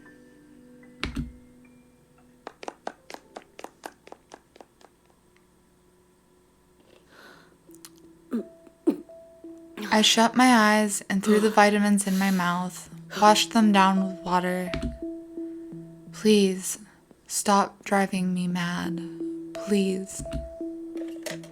I was doing my homework on a Friday evening like usual. I had already finished the hard part. There was only my art homework left, my favorite subject.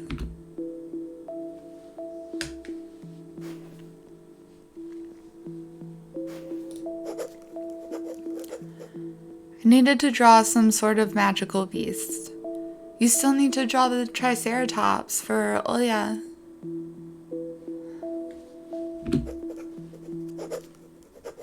I wanted to draw a dino at first, but my brush reacted towards the orange paint reached towards the orange paint all by itself.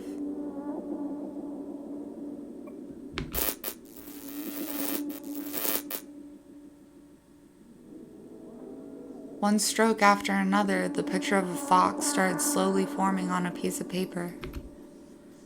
She was almost popping out of the snow white sheet. She stood on her back legs and wore a sly smile. My brush moved again, drawing a fluffy tail. A moment later, it dropped out of my weak hand.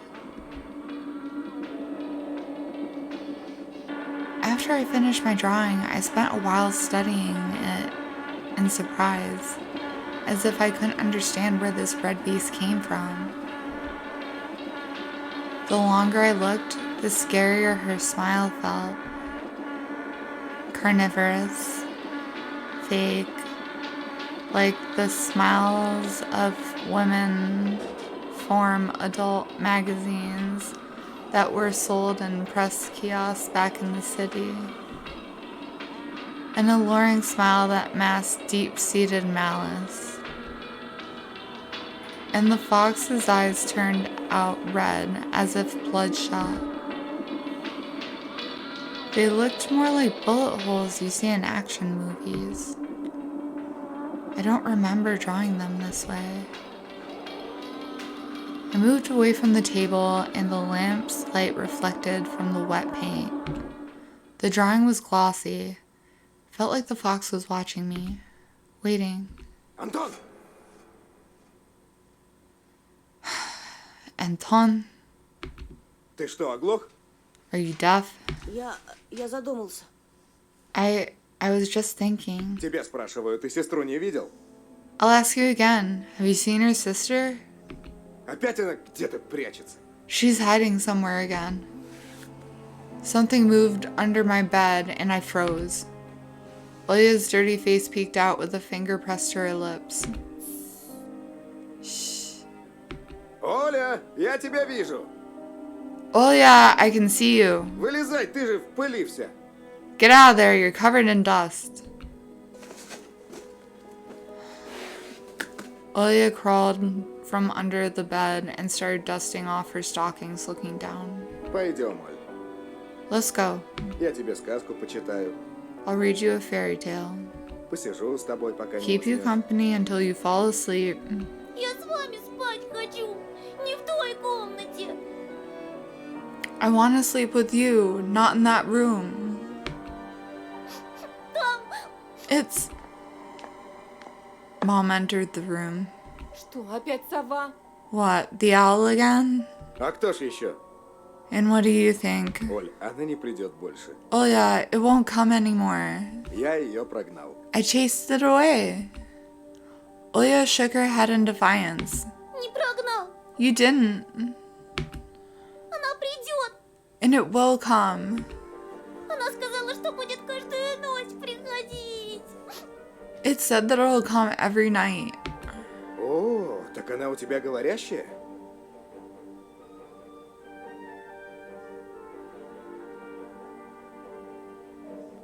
Oh, it talks now?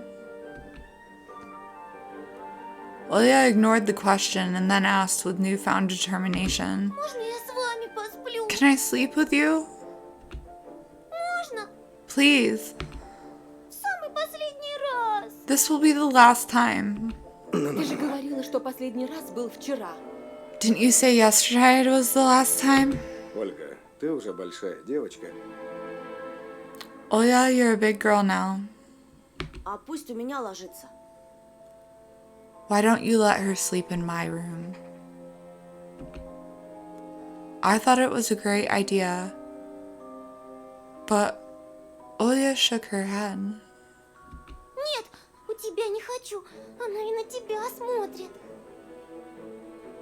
No, I don't want your room. It watches you too. I felt goosebumps all over my body. Хватит. Enough. Нет никакой совы. There's no owl. Ты сегодня спишь у себя. You're sleeping in your own room tonight. Got it? Ну, пожалуйста, мам. Mom, please. Пожалуйста. Please. Mom took Olya's hand and tried to lead her out of my room. Пойдем, милая. Не мешай брату. Let's go, sweetie. Don't bother your brother. Olya clutched the bed's head with her free hand. Пожалуйста, пожалуйста, пожалуйста. Please. Please. Please. Не хочу к ней. I don't want to go to it. Mom was tugging Olya towards herself, but she didn't budge. Only the bed's head squeaked in agony. Dad intervened by picking Olya up and carrying her out of the room despite her desperate protests and pleas. Не надо. No, Не надо к ней. don't take me to it. Она опять смотрит. It's going to watch me again. Мамочка, пожалуйста. Ну, папочка, ну I've скажи, listened to them пожалуйста, struggling не to make my надо. little sister go to bed for a while.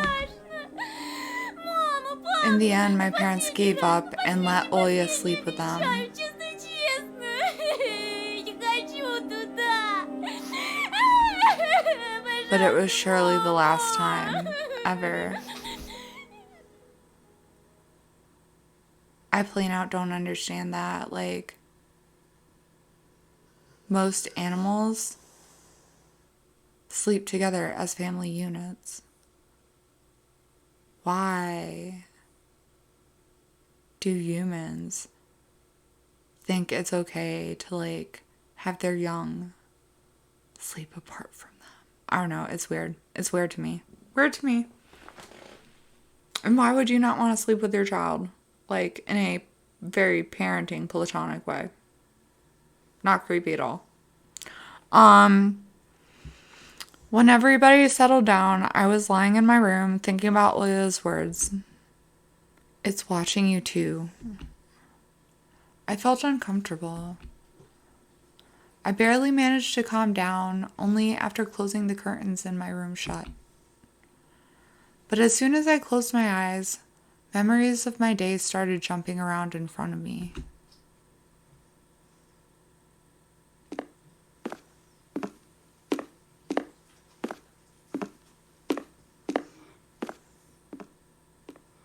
I was in the middle of the stuffy school corridor.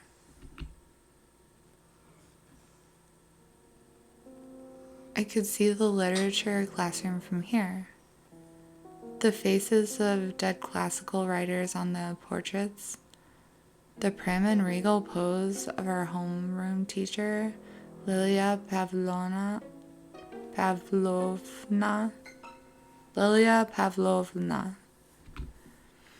And around the corner was her daughter, Katya, a snitch and a gossip, eagerly waiting for me.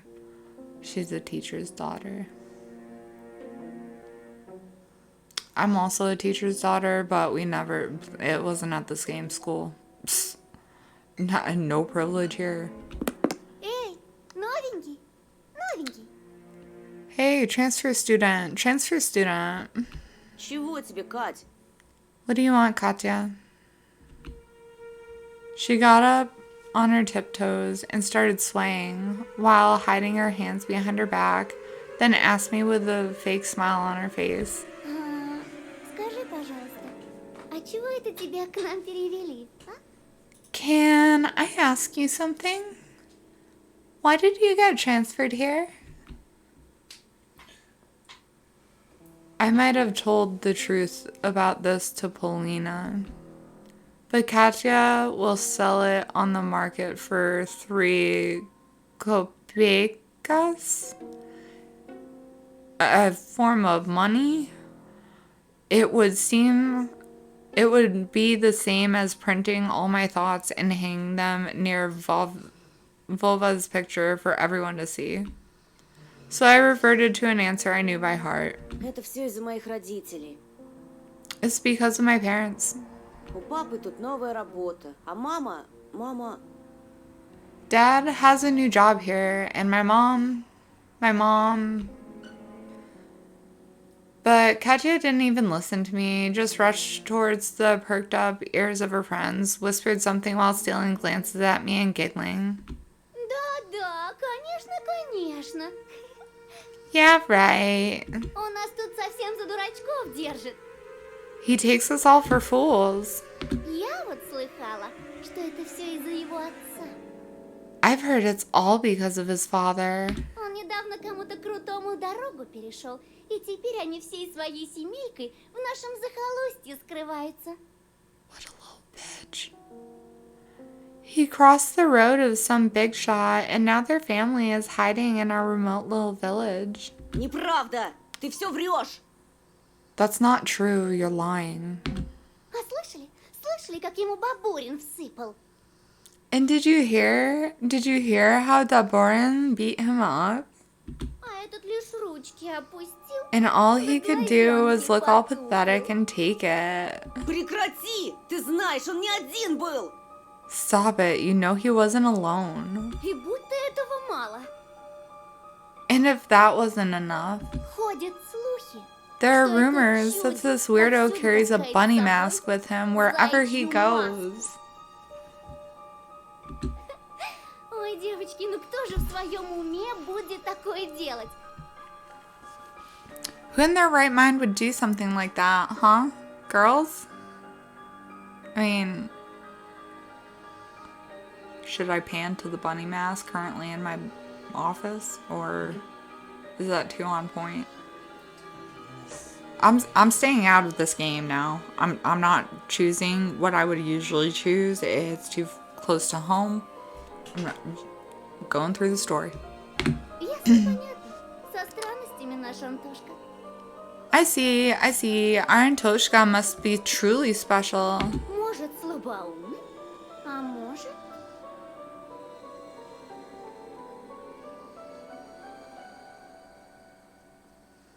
How many offensive things can you pack into one game?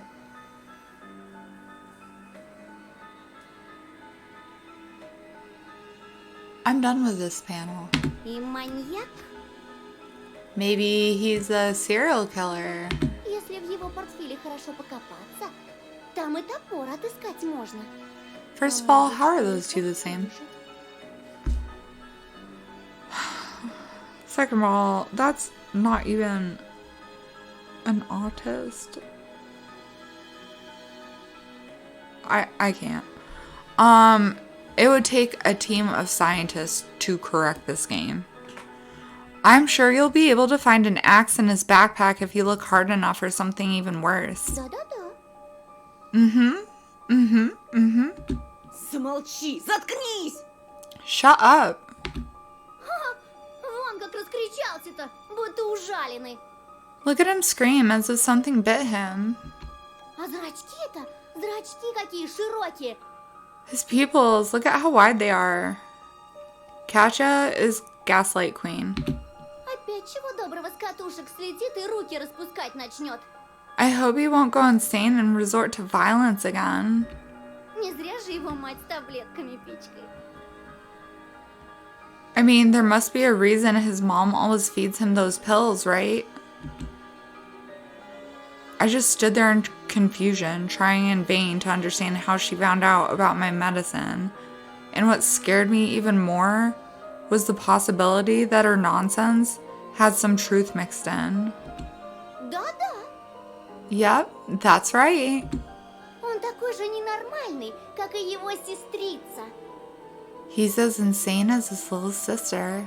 Представляете, к этой сумасшедшей дурочке каждую ночь прилетает сова ростом с человека. Can you imagine that she says a human-sized owl visits her every night? Is your mom a teacher and your father perhaps a psychologist? Because I, in that case, am officially done with this game. It ripped off my life and I can't. Да-да, Yep. только что-то ее никто из здоровых людей не видел. But not a single healthy person has seen it. А этот наивный простак ей верит. And this simpleton believes her. Нет. Can you imagine that? Представляете? And then I caught a single kind look from the smirking crowd. Как же так, Антон? How can it be, Anton? Неужели действительно тебе не здоровится? Heartbreaking. Are you unwell? Полина, послушай меня! Polina, please listen to me. Как же? Yeah, right. Не слушай этого болтуна, Полиночка. Don't listen to this liar, Polinochka.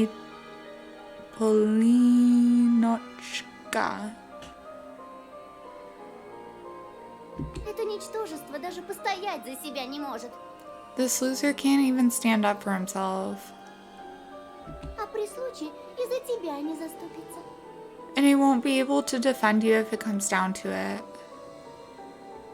Бросит, думая, как бы только самому по шее не схлопотать. He'll run away to protect his own skin. Слабак. Weakling.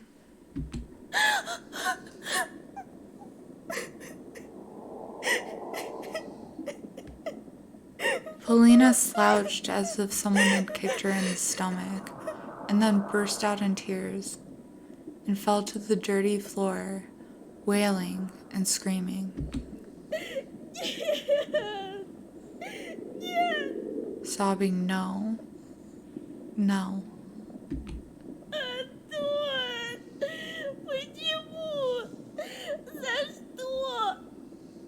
Why, Anton? Why? I couldn't understand her reaction, but I still rushed to Polina's side before getting shoved violently by Katya. Убери от нее свои лапы, чудовище! Get your paws off her, you monster. Rage was building up under the veil of my fear. It slowly rose from the cloudy mist. I felt my upper lip creep up. Showing my teeth. То, что твой отец бьет мать, еще не дает тебе права поднимать руку на девушку. The fact that your father beats your mother doesn't give you the right to do the same to girls. My fists became hammers. I couldn't unclench them. Nobody can speak about my family like that.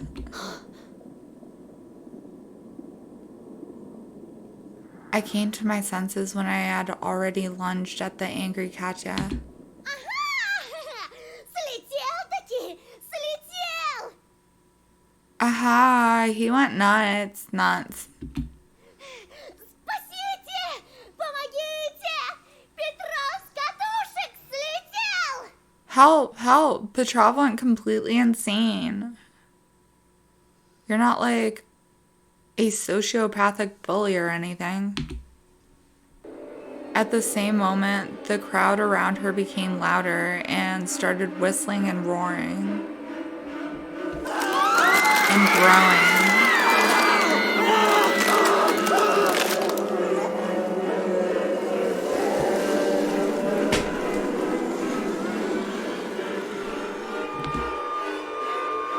The subtle silhouettes of my classmates became larger, wider. They shot upward toward the ceiling, turned into a giant black forest chock full of toothy faces. I shrank to a tiny ball of fur and started shaking in fear before the might of ulcer-ridden trunks that belonged to either trees or humans. It was impossible to tell. Вот ты и показал свое животное нутро. So you've finally shown your animal nature. Трус! Coward.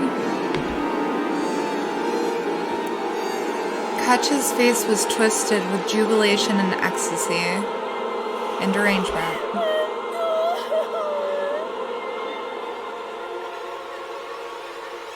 Anton.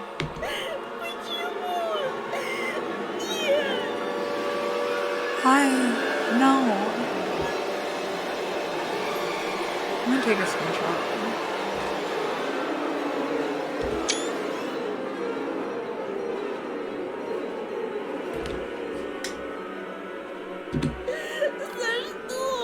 Why did you do this to me? Polina screamed while choking on her tears. He is just an animal, an outsider.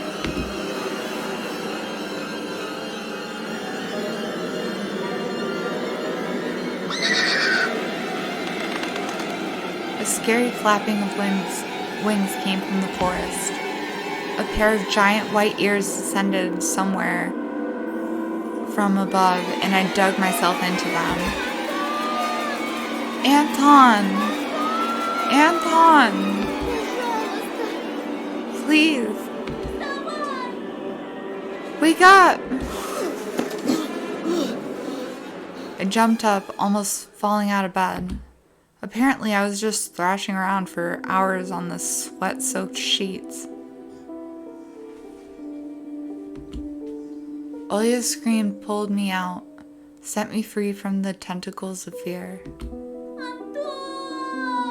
Anton! Please. Wake up! Wake up! It took my eyes a while to focus on the silhouette near the window. Olya's voice was distant. My head was still ringing after the fight.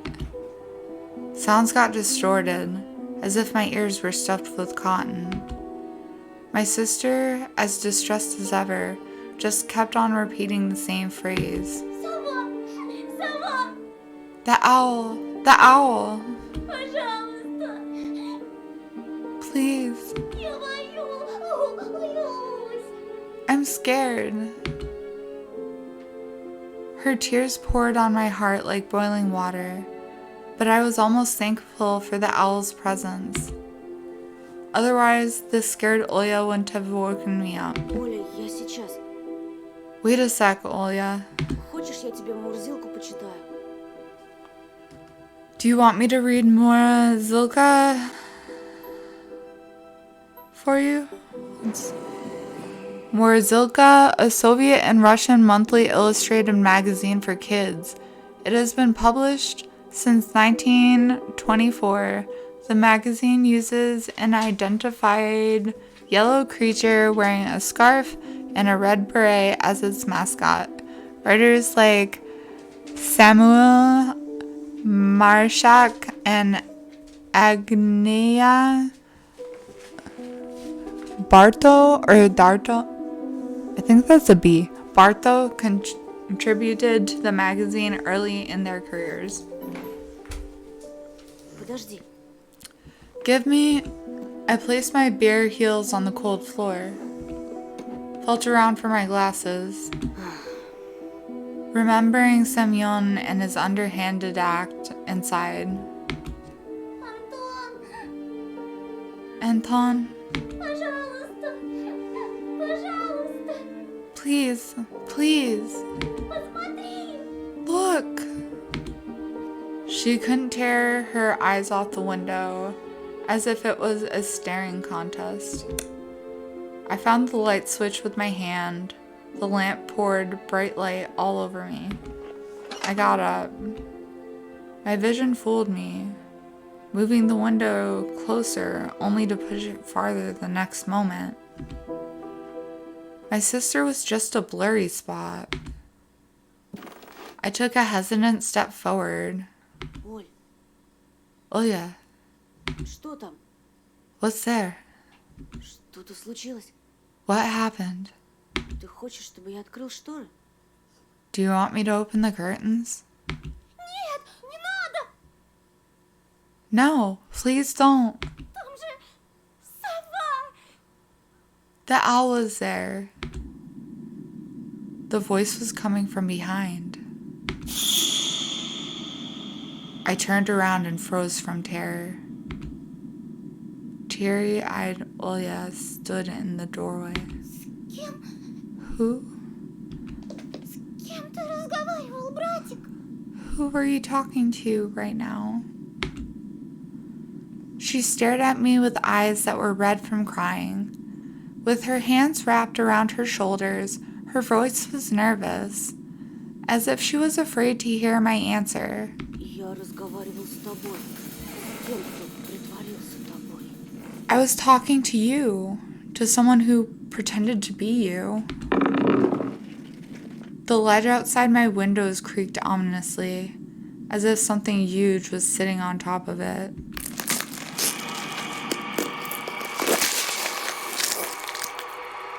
And the thing that pretended to be Olya started spreading, changing shape, growing to scary heights under the light of a carnivorous moon.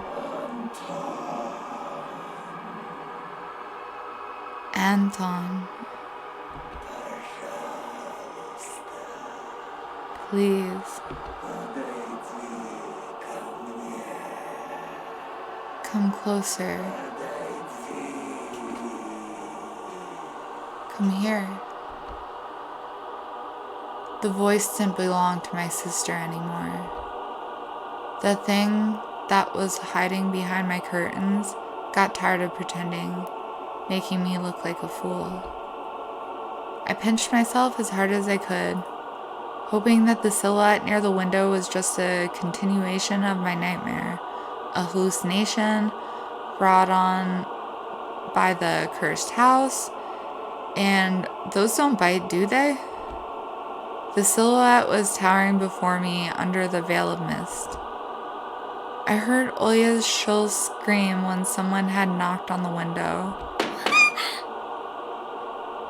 Она пришла за нами. It came to get us. Another knock. I stepped back into the middle of the room. as if there existed nooks where I could hide from this horror. More knocking. The sound was sharp, metallic. The lamp started shimmering, then it suddenly lighted the whole room and went out, like a candle in a strong wind. The filament inside it snapped with a ringing sound. The darkness that was waiting for that exact moment poured from all the angles and enveloped me. There was only this window left in the whole universe. Moonlight poured through it, painting everything the color of bones that were exhumed from a crypt. Olya started squealing and pressing herself into my back, seeking protection. And then an eye, burning with a carnivorous fire, stared at us from the window. More knocking rapped on the window. No, it wasn't trying to break the window. It was toying with us. It just kept on knocking, driving us mad. More knocking. As if a giant clock was measuring the time left for us, its pendulum swinging above the abyss. Go away! Get out! Shoo! She was screaming in desperation, her hands clutching my arm like a pair of pincers. Anton, Anton, come closer. I could barely make out a pair of wings that spread out above the black spot. Tell her, Anton. Tell her that I won't be a bad girl anymore. Never ever. I just wanted to leave. Please. The moonlight suddenly disappeared and the room descended into darkness. We couldn't see the burning eye anymore. I swallowed the stinging lump that was stuck in my throat. I stopped towards the curtains, entranced by the call of this disfigured guest. Olya was standing behind me, mumbling, "I'll be good, I'll be good, I'll be good." The bleak window was creeping closer. Curtains rustled. I reached out to move them aside so I could look my fear in the eye. At that moment, I heard noise coming from our parents' bedroom. Without thinking, I pulled the curtain to the side in one swing. Nothing. Though there was something shining on the ledge among the scattered feathers. My glasses. The ones that Semyon took from me. And look at those tracks. How did they get here? Was that a gift from the gurgling night? Did the owl really bring them here? I looked at the front yard, at the foreboding clearing, at the toothy forest. Not a soul. Not a trace of our late night guest. Only the old lamppost, dreaming like a lone watchman among the snowy desert. The dry window frame creaked. I tore away the insulation tape and the strips of glued newspaper.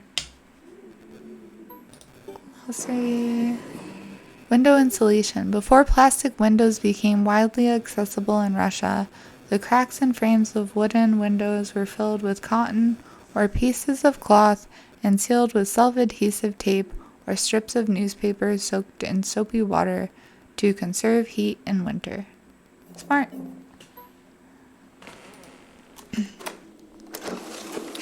Opened the window with big trouble. Frost pinned me with its little needles. The paintings on my walls moved from the draft. I touched my glasses, sure they would melt in my hand, but they were real. I'm taking a feather too. I'm taking all the feathers. But that's just me. My brain was scrambling for an explanation. Semyon and his gang just pulled a prank on me. That was it. That's it. A smooth white blanket was glittering under the street lamp just outside our yard. If anyone was to get close to the house, to climb the pipe to the ledge of my window, they would surely leave footprints. But there were none. I cautiously took my glasses. My wrist was still intact. Nobody pulled me into the darkness, full of restless writhing. Вы почему не спите? Why aren't you in bed? I swayed from surprise and almost fell out the window. Совсем сдурели? Are you out of your mind? Жарко, что ли? Did it feel hot in here? Не болели давно? Do you want to catch a cold? Там сова была. Тоша ее прогнал. The owl was here. Tosha chased it away. А ну-ка марш спать к себе в комнату. Go to your room immediately and get in your bed. Остальной. And you. Mom paused, directed her seething eyes at me. She was thinking of a punishment equivalent to my crime. In the end, she just waved her hand, took Olya by the shoulder, and left, throwing gloomy words my way. Завтра поговорим. We'll talk tomorrow. I managed to get the frame back in place with a couple of hits, pressed in the latches with all the strength my fingers could muster. Cold left the room, but the fear was still present. I placed my glasses on my nose and started studying my reflection in the window.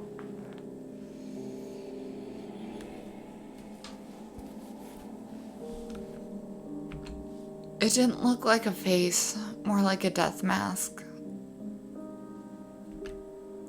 Just like the one worn by the boy from the notice board. That night, I was on the edge of joining him there.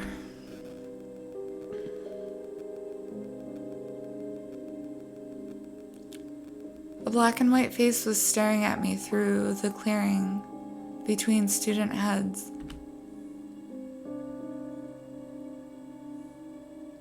And it wasn't Vova. His face was right beside it. I recognized the fat cheeks, the damaged skin.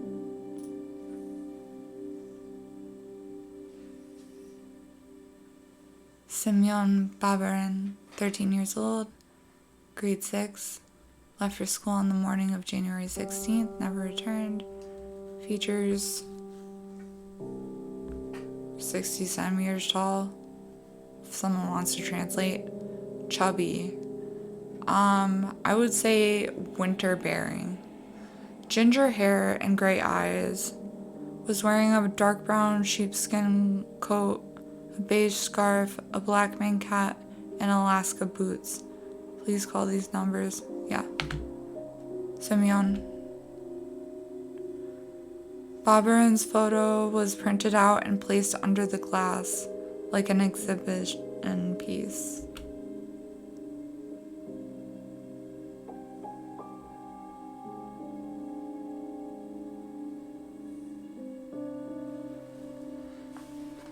And there we have episode 2. Episode 3 is on the end. The wolf's gray fur will stand.